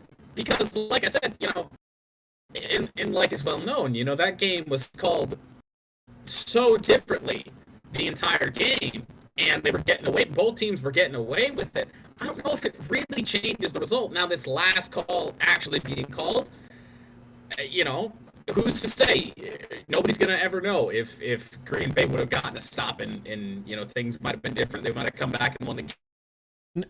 No, Jordan's gone. He's back. Now, I will say, Gotta love it. I don't think Green Bay would have won the game if this wasn't called, because they didn't show anything offensively. I just think, like, at that time, when you have called when you've been letting defensive backs get away with murder all game, you don't throw that flag there for a ball that's borderline not entirely catchable, because Tom Brady did miss the throw high. Which, yeah. Now, is that where you want that ball? Yes. In that situation, that ball either is getting caught. You want that ball either getting caught or it's missing high. Because there is nothing bad if you miss high, because of the way that play was designed. That Buccaneers receiver was that defensive back and that receiver were the only two players in that area. Throwing that ball high, there is nothing bad unless Tom Brady arm punts it 20 yards down the field somehow. Has a John O'Corn moment and just punts it. Arm punts it. Oh, the Corn man. No. That's the only way there's a bad scenario there. But in that scenario where you don't call it, and I think this game was officiated poorly pretty much all the way. I mean, it was officiated fairly and consistently. Yes. Just not good. So, NFL fans have wanted for a long time to, let the guys play. But at the same time, we've gone from, the full maximum on penalties to the full minimum. Yeah, there's no in between. There's gotta be the middle ground, and you can't, like, it's still in the rule book. Pass interference is still there. Oh, yeah. So you can't just not call it when it's going on the whole game. I didn't understand that. I get, it's a playoff game. You're letting them play, but you're letting them get away with a lot. Like I said, that 100% was a pass interference call. Like, oh yeah. There's no doubt about it. I mean, there's the picture, shows it. Did the Tampa Bay receiver sell that perfectly? Yeah. Oh God, yeah. And that's and if he doesn't fall down, all this other shit. If he doesn't fall down, I don't know if that's a penalty. Why he was falling down in any normal sense, I don't know. He knew there was a bit of a tug, because, like I said, it was a tug on the undershirt. As someone who has played the game of ball foot before, when you, like, whether it's your jersey or if it's your undershirt, because you have to wear some form of an undershirt under those pads. They're just not comfortable enough, at least in my opinion. Right. And then once it gets cold, it's miserable. Like, even on your undershirt, you will feel a slight tug. If it's on your sleeve, if it's down on your torso, you'll notice. So he definitely felt that tug. I think the fact that it was on the undershirt around it wasn't the part of his undershirt. I mean, he may as well, the Packers defensive back may as well have been pulling on the guy's belt, essentially. Right. Which, I have my own personal opinions on NFL uniform rules. I don't think that undershirts should be in a spot where they could be easily and readily pulled on. No. I think because you make jerseys are required to be tucked, but undershirts don't have to be. Right. So figure that out. I don't understand that. I'm not a big fan of. Let's say if jerseys fit large to where you can tuck them in, they have to be tucked in, but undershirts don't necessarily have to be tucked in. Well, and jerseys don't these days either. Jerseys are plenty tight enough to the point that that's not something you need to do. Yeah.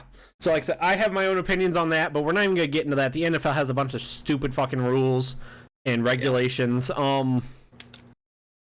No, like I said, I just don't understand how when you let them get away, you call that. But here's where it gets even more frustrating, just to show how how poorly this game was officiated. The next play, and mind you, there was about 1.5 minutes to almost 2 minutes of deliberation on the pass interference call, on whether or not they were going to throw the flag. On the very next play, the Packers got called for too many men on the field. It took the refs almost 5 minutes to review this. Because they didn't catch it live. Oh yeah, no, and I understand not catching it live. But no, I know what you're saying. That review took way too long. Like, if you can count to 12, because I mean, like, I fully understand not catching it live because I didn't see it live. When in the heat of the moment, in the spur of the moment, yeah, you're not necessarily gonna catch it live. But because the clock was stopped after the incomplete pass and the pass interference, you know where the clock's going to be already. That's not a moving clock penalty. So, all you have to do is just look at the review. 1, 2, 3, 4, 5, 6, 7, 8, 9, 10, 11, 12.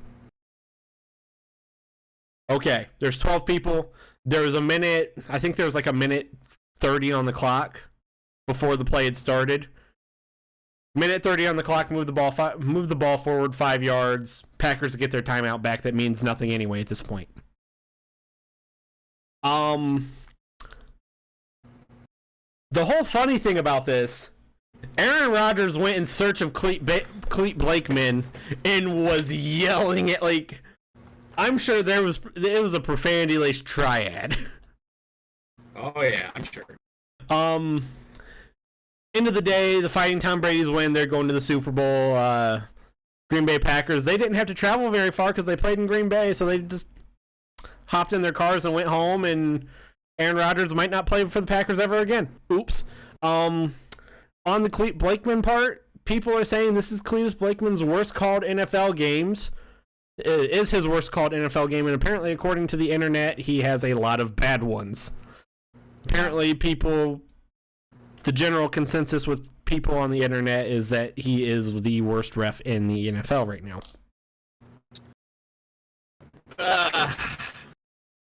No. See, so here's my thing on that. And I do have a personal issue with Clete Blake. He called a game, Bengals playoff game against the Jets, and that game was poorly called. This was back several years ago. His crew has shown a consistency of being inconsistent with how they officiate games. But I mean, yeah, this game wasn't called good, but it was called fair. Yeah. I will say, I do want to put this in. I don't think this pass interference call was some grand scheme by the league to make sure Tom Brady got into the Super Bowl. No. There's no grand conspiracy. Did Tom Brady get the benefit of it this time? Yes. But no grand conspiracy. This is just a call that, yes, you kind of had to call it, but at the same time, the way you were officiating the game, you also didn't have to call it. In a normal game, you call that, like I said, 100 times out of 100. Yeah. In this game, the way that game was officiated, where you were letting your defensive backs get away with murder for no reason, you shouldn't have called it. But it was a pass interference. Like, I will give them that. It was just It was a game. You have any final thoughts on this one? Yeah, I know the call is gonna get, it has gotten, a lot of the attention, but Rightfully so, in my opinion, because it's in a sense, but at the same time, Green Bay did not, and I say this when the Lions get a bad call. If they don't deserve to win the game, if they didn't do what it took to win the game, like, then you can't complain about the bad call. Oh no, that is true, because there was a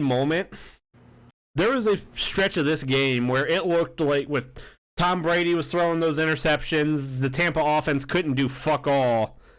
They were punting, but the Packers offense couldn't do fuck all either. It looked like nobody wanted to win this game. Yeah, just Green Bay didn't. It was not a good game from Green Bay. Especially the offense there at the end. Your defense gifts you 2 interceptions late in the game. That should be your turning point, and that should be what sparks the comeback. And Aaron Rodgers and the offense were not able to do anything. Now, I will say, I feel like some of this game, yes, because it's come out that apparently Aaron Rodgers will sometimes call the plays on himself if Matt LaFleur gives him something he doesn't like, which, in my opinion, Aaron Rodgers should be able to do because he's one of the best quarterbacks in the game right now. Mm-hmm. Well, and Aaron Rodgers is at his best when he's able to ad-lib like that. Yeah. And he's able to call plays at the line and change things up.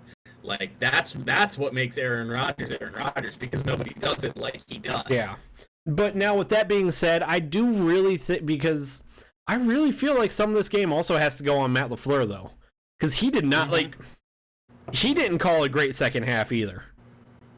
It absolutely has to fall a little bit on Matt LaFleur. I honestly almost think, and by all means, I am not this big Aaron Rodgers fan. Like, I'm not. Oh, no. I'm neutral to Aaron Rodgers. I don't have a hatred of him like you do.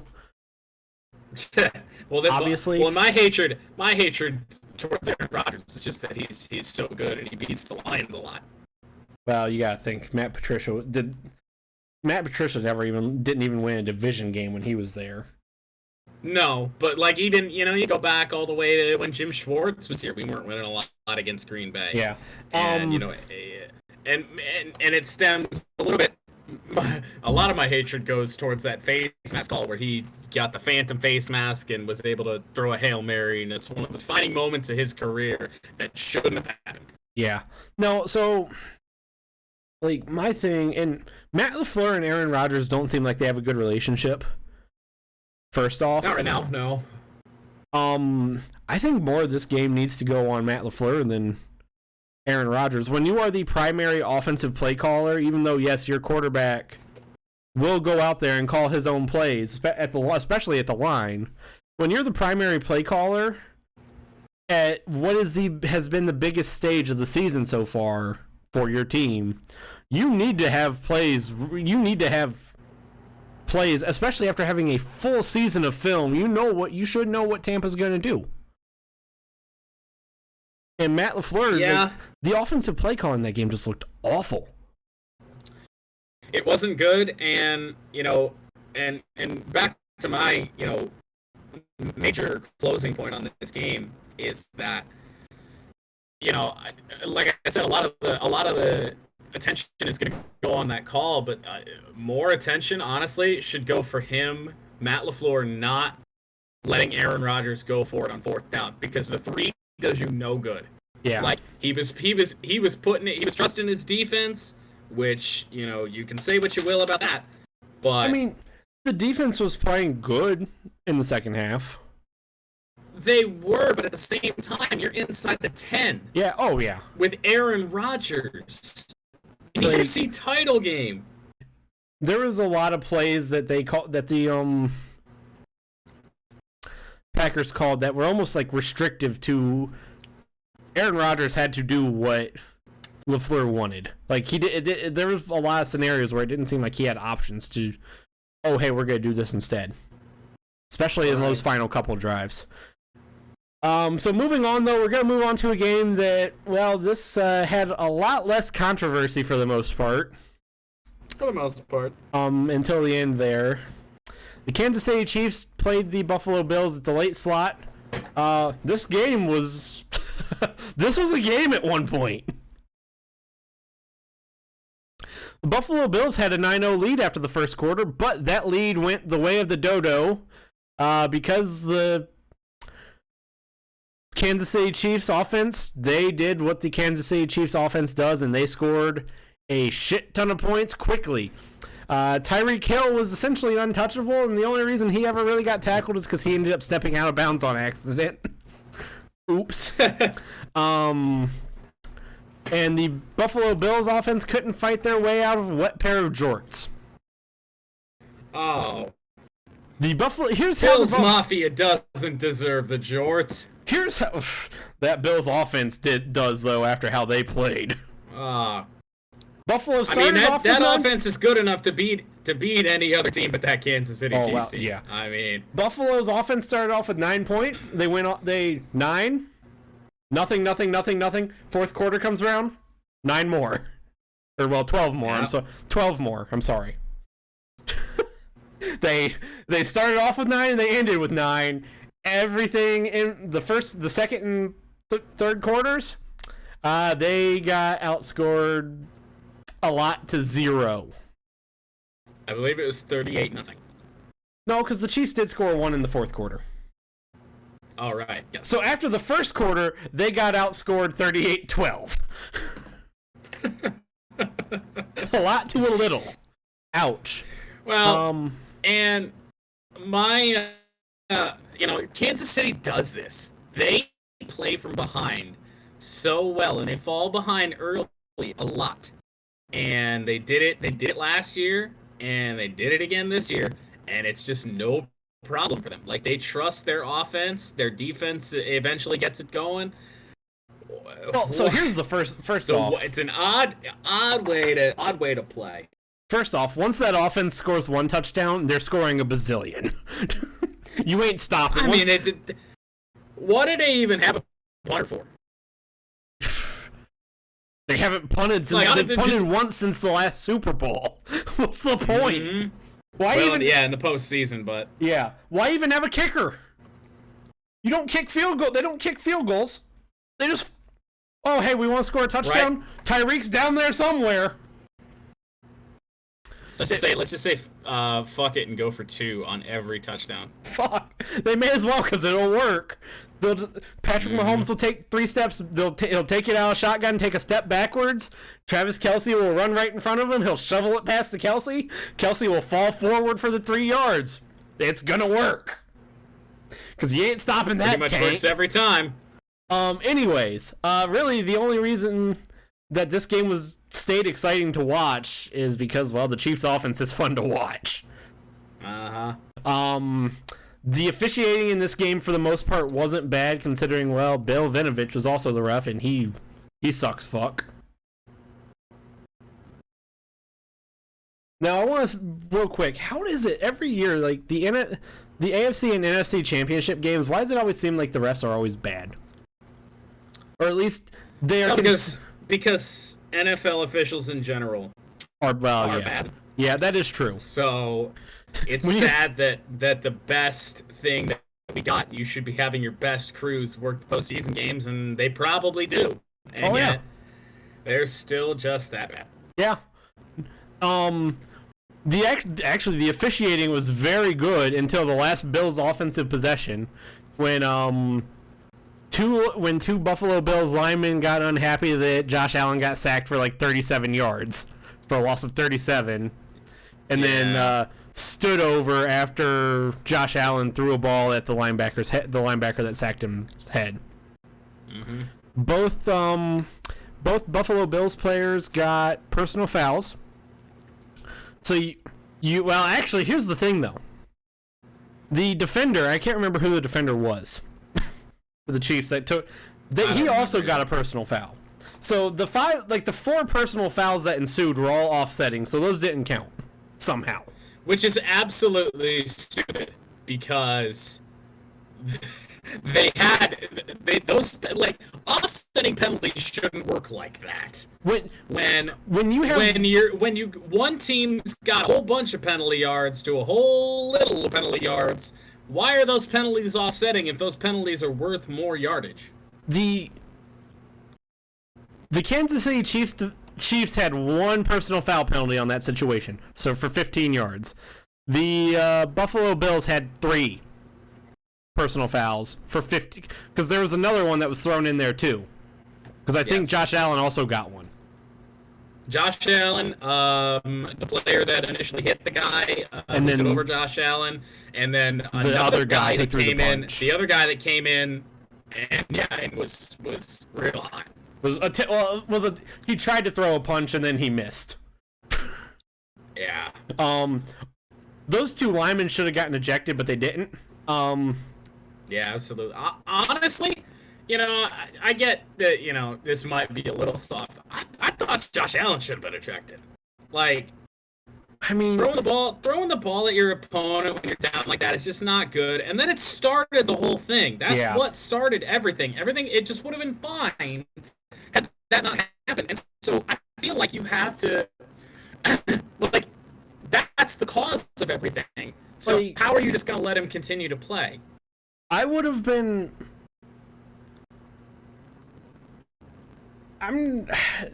Ejecting Josh Allen in that scenario is difficult. It is. Because the NFL is a quarterback-driven league. You don't see quarterback ejections very often. In fact, you don't see quarterback ejections ever. Even though, he did start that. The 2 offensive linemen definitely needed to get tossed because one was a blindside hit to the head. The other was a... could not believe they weren't. The other was a thrown punch. However, it still somehow got worse.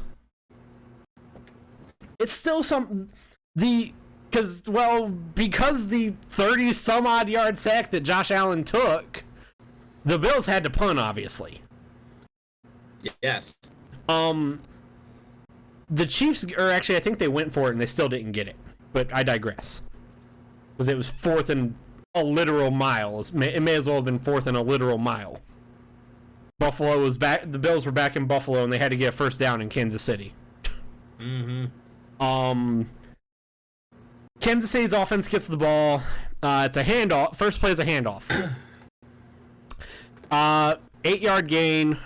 Play is blown dead. A Buffalo Bills defensive back gets upset over who the fuck knows what, and there was probably a little bit of chirping going on in the pile, and then he starts shoving and throwing punches too. And very, very poorly officiated game at the end. To allow that to even go on. It was just amazing to me.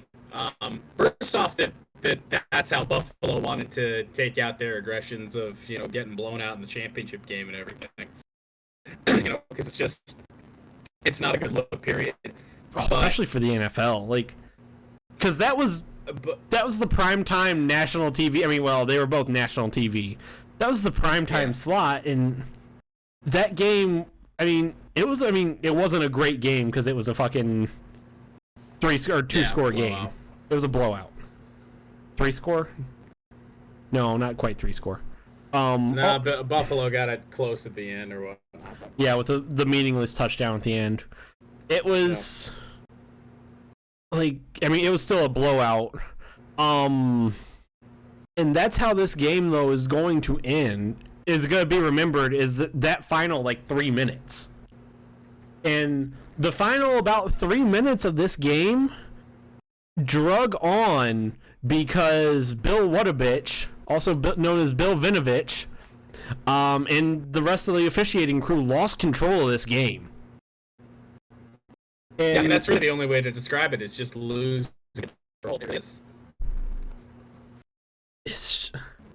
I want to talk about especially NFL officiating. I want to give it a couple weeks. We'll do it post Super Bowl. Because I do have some opinions on it, on a lot of this, because we're starting to see more of this in the NFL. More of the struggle bus that the officials are on in the NFL. It's not even just the NFL anymore. We're starting to see it in pretty much every sport that isn't hockey. Because for whatever reason, the NHL, their officials are great and mostly respected by the players and aren't shit in general. But anyway, Patrick Mahomes continued to prove that the fuck it Tyreek is out there somewhere. Strat continues to work. The Chiefs win. They march on to the Super Bowl that will be played in Tampa Bay next Sunday. This week we will not be talking about the Super Bowl. That'll be moving on for next week's podcast. So with that being said, we got Champ and Chump for the week. Also no picks this week because of no Super Bowl, no games to pick. We have a little surprise replacement for that for starting next week. Moving on though. Champ and Chump, what you got? My chump has already been featured once on this show today. Oh no! And it's got to be. I'm not quite sure why his name is Real Radman anyway. Who's the fake Radman? Who's trying to impersonate you? Like, I don't know. Doesn't make any sense. Like the SoundCloud rapper with 500 people who follow him on there, whose like Twitter handle is official. What do you need an official Twitter account for? What do you need to be real for? Right. Because you're just that irrelevant. He is my chump of the week solely for attempting to just throw me to his fans and, failing, might I add, because I think about 3 or 4 people of his 50,000 subscribers actually like right. said anything. But for just doing that and I don't like his content, and that was my comment essentially, that I just don't. It goes far beyond the fact that his dumb little catchphrase of calling everyone and everything a fraud is stupid. But to just quote tweet me someone you don't even know is just so weak. Like, you could have actually replied. You could have actually stood up for yourself. Instead, you had your 10-year-olds do it for you. So yeah, it's just really weak. It's just really weak, and I'm sure he'll probably reference it in the video, as far as I know, because that's how soft he is. Most likely. So my chump of the week, there are options. As I mentioned, I probably realistically, if I wanted to, I could go with Bill Vinovich and his officiating crew for losing control of what was a good game. I'm not going too low because that's low hanging fruit.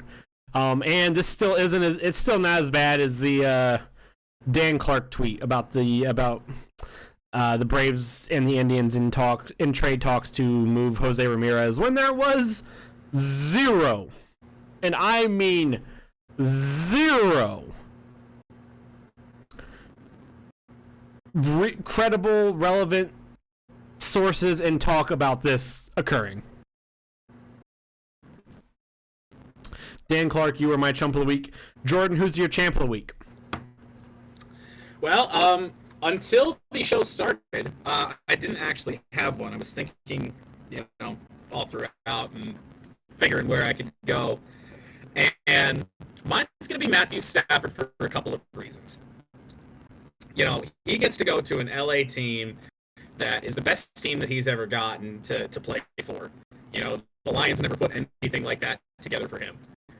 And, now he gets to, I think the Rams it's an upgrade for the Rams. Oh, God, yeah. For sure. Stafford's definitely better than Jared Goff, even at this point in his career.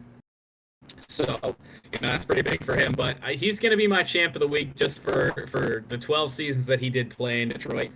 And, I think a lot of Lions fans like myself are going to be wishing him a lot of luck in LA and rooting for him to get a ring that I think he deserves, because he is not anywhere near the in terms of the national spotlight, he's not viewed as the great is such an interesting term, but I think he's a great quarterback on his own,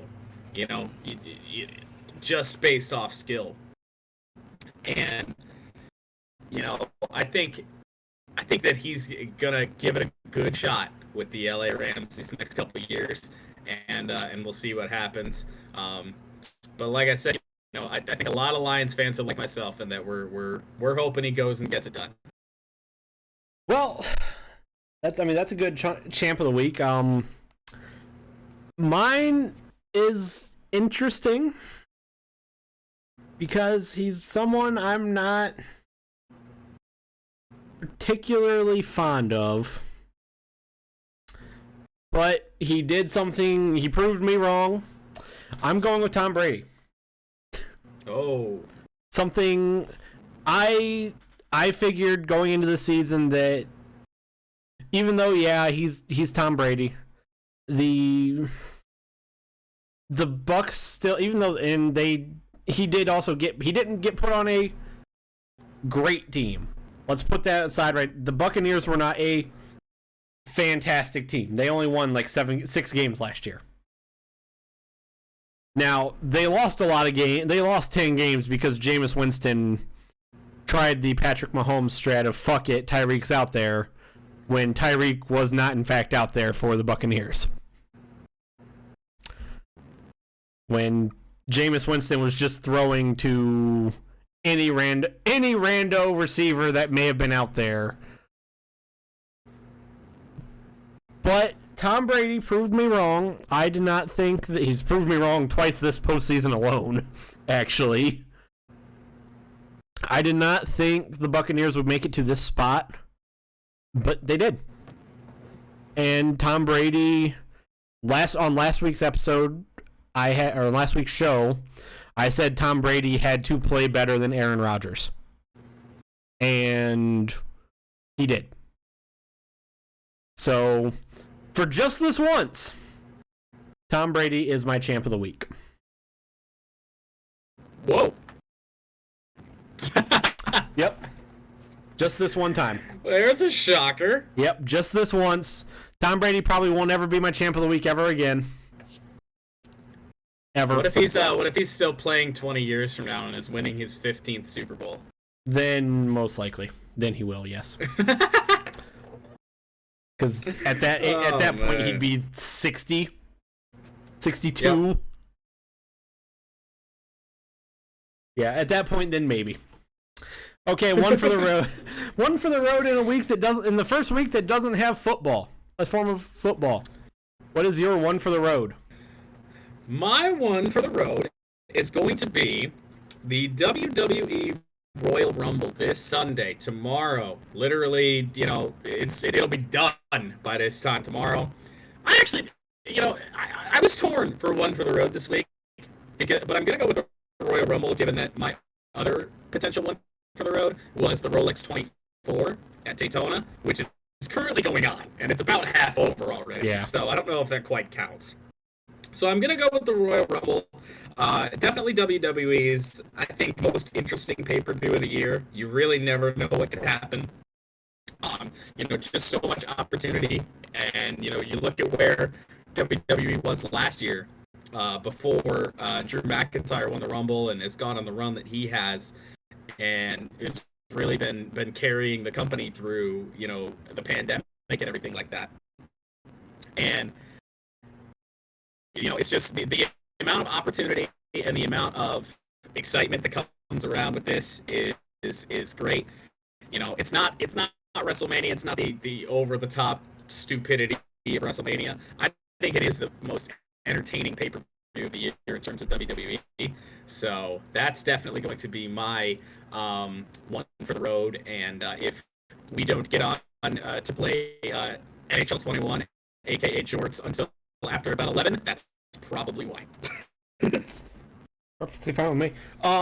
My one for the road is, well, had we done this podcast any other week or any other day this week, it probably would have been the Rolex 24. Yeah. I am a big fan of endurance racing. I like endurance racing. Endurance racing is fun to watch. But it's about half over, so I'm not going to go with that. I'm going to go with tomorrow's slate of hockey games. We have some good ones, and then we have the Red Wings playing the Panthers. Now, let me just say, Are these games spread out at all, or are they all starting at the same time, like tonight? They are slightly spread out. The Devils and Sabres, that game could be a hit or miss. That's a 1:00 game. Then we have what I think is probably the best game of the day. The 4-1 Dallas Stars play the 4-1 Carolina Hurricanes. That's at 5:00. The game that is not so might not be so worth watching if you're just a casual hockey fan. The Panthers and Islanders. That's a 5:00 game. We have two 7:00 games, both of which, I mean, the Islanders and Flyers, that might be worth. Who knows? It's hard to say. Blue Jackets and Blackhawks. Well, the Blue Jackets are playing good hockey right now. Let's see if they can keep that up. And the Blackhawks were able to make it close on last night, actually. Those are both 7:00 games. We have two 8:00 games. The Colorado Avalanche and the Minnesota Wild, who are both teams are very good right now. It's not quite Avalanche and Golden Knights, but still two of the top teams in the West currently. The Blues and Ducks, they're teams in the West Division. Yes. And then coming from Canada, the 1-6-1 Ottawa Senators, who, well, don't watch them. Don't watch the Ottawa Edmonton game. Don't stay up till 9:00 to watch that game. Once really you get through the Stars Hurricanes game, just switch over to the Royal Rumble. So really, here's what you do. Watch the first two NHL games tomorrow. The 1:00, the Buffalo Sabres and the New Jersey Devils. Watch that 1:00 game. Get something for lunch or for early dinner. Watch the Stars and Hurricanes. That game will be done by probably 7:30. Watch the Royal Rumble. Do that. Everything else after is actually kind of mediocre. I mean, So, the reason I got you on the spacing out of the game is because the NHL had, let's see, on ESPN, 1, 2, 3, 4, 5, 6, 7, 8, 9. All started 10, at the same 11, time today. 12 games. They didn't all start at the same time, but let's see, 6, 7, 8, 9. 9 of them were going on at the same time, which meant they were all in intermission at the same time. No, it's not quite as bad as it was today. Or tomorrow's not quite as bad as today. Oh. That was rough. So that's my one for the road. And watch a couple of NHL games tomorrow. Hockey's back. I mean, it's been back for 3 weeks. Yep. The Lightning didn't let me down today. The Milwaukee Bucks did. The Lightning did not let anyone down. They almost did lose though. Yeah, somehow. That's gonna do it for today's episode. Ran a little bit longer than intended just because of the Matt Stafford breaking news right in the middle of the show. But other than that, we don't really have much else to talk about. We had a lot of news today just because it was we had a prolonged week. And then we just had a lot of random shit happen this week. With that being said, we're gonna try and be back hopefully on I would like to try to do it Wednesday this week just to get it done early. Right. Next week we will be doing our Super Bowl preview show and unveiling a new segment that will be replacing the picks after Sunday after the Super Bowl, as we prepare to transition to life without football for the next several months. Yeah, it's unfortunate. I love the picks. The picks were fun, but I think this new segment will be a good one. Yes. So with that being said, do you have before I fully wrap us up, do you have any final parting thoughts? I think I'm good. I think we've got everything out there. Yeah, I think we have everything. With that being said, guys, thank you for making us a part of your evening on a special Saturday show. We don't usually do Saturday shows. So, with that being said, peace out. Stay classy, everyone. We will see you next week, which could very well be in a few days. Bye. Well, Dak, here's the deal. I'm the best there is, plain and simple. I mean, I wake up in the morning, I piss excellence.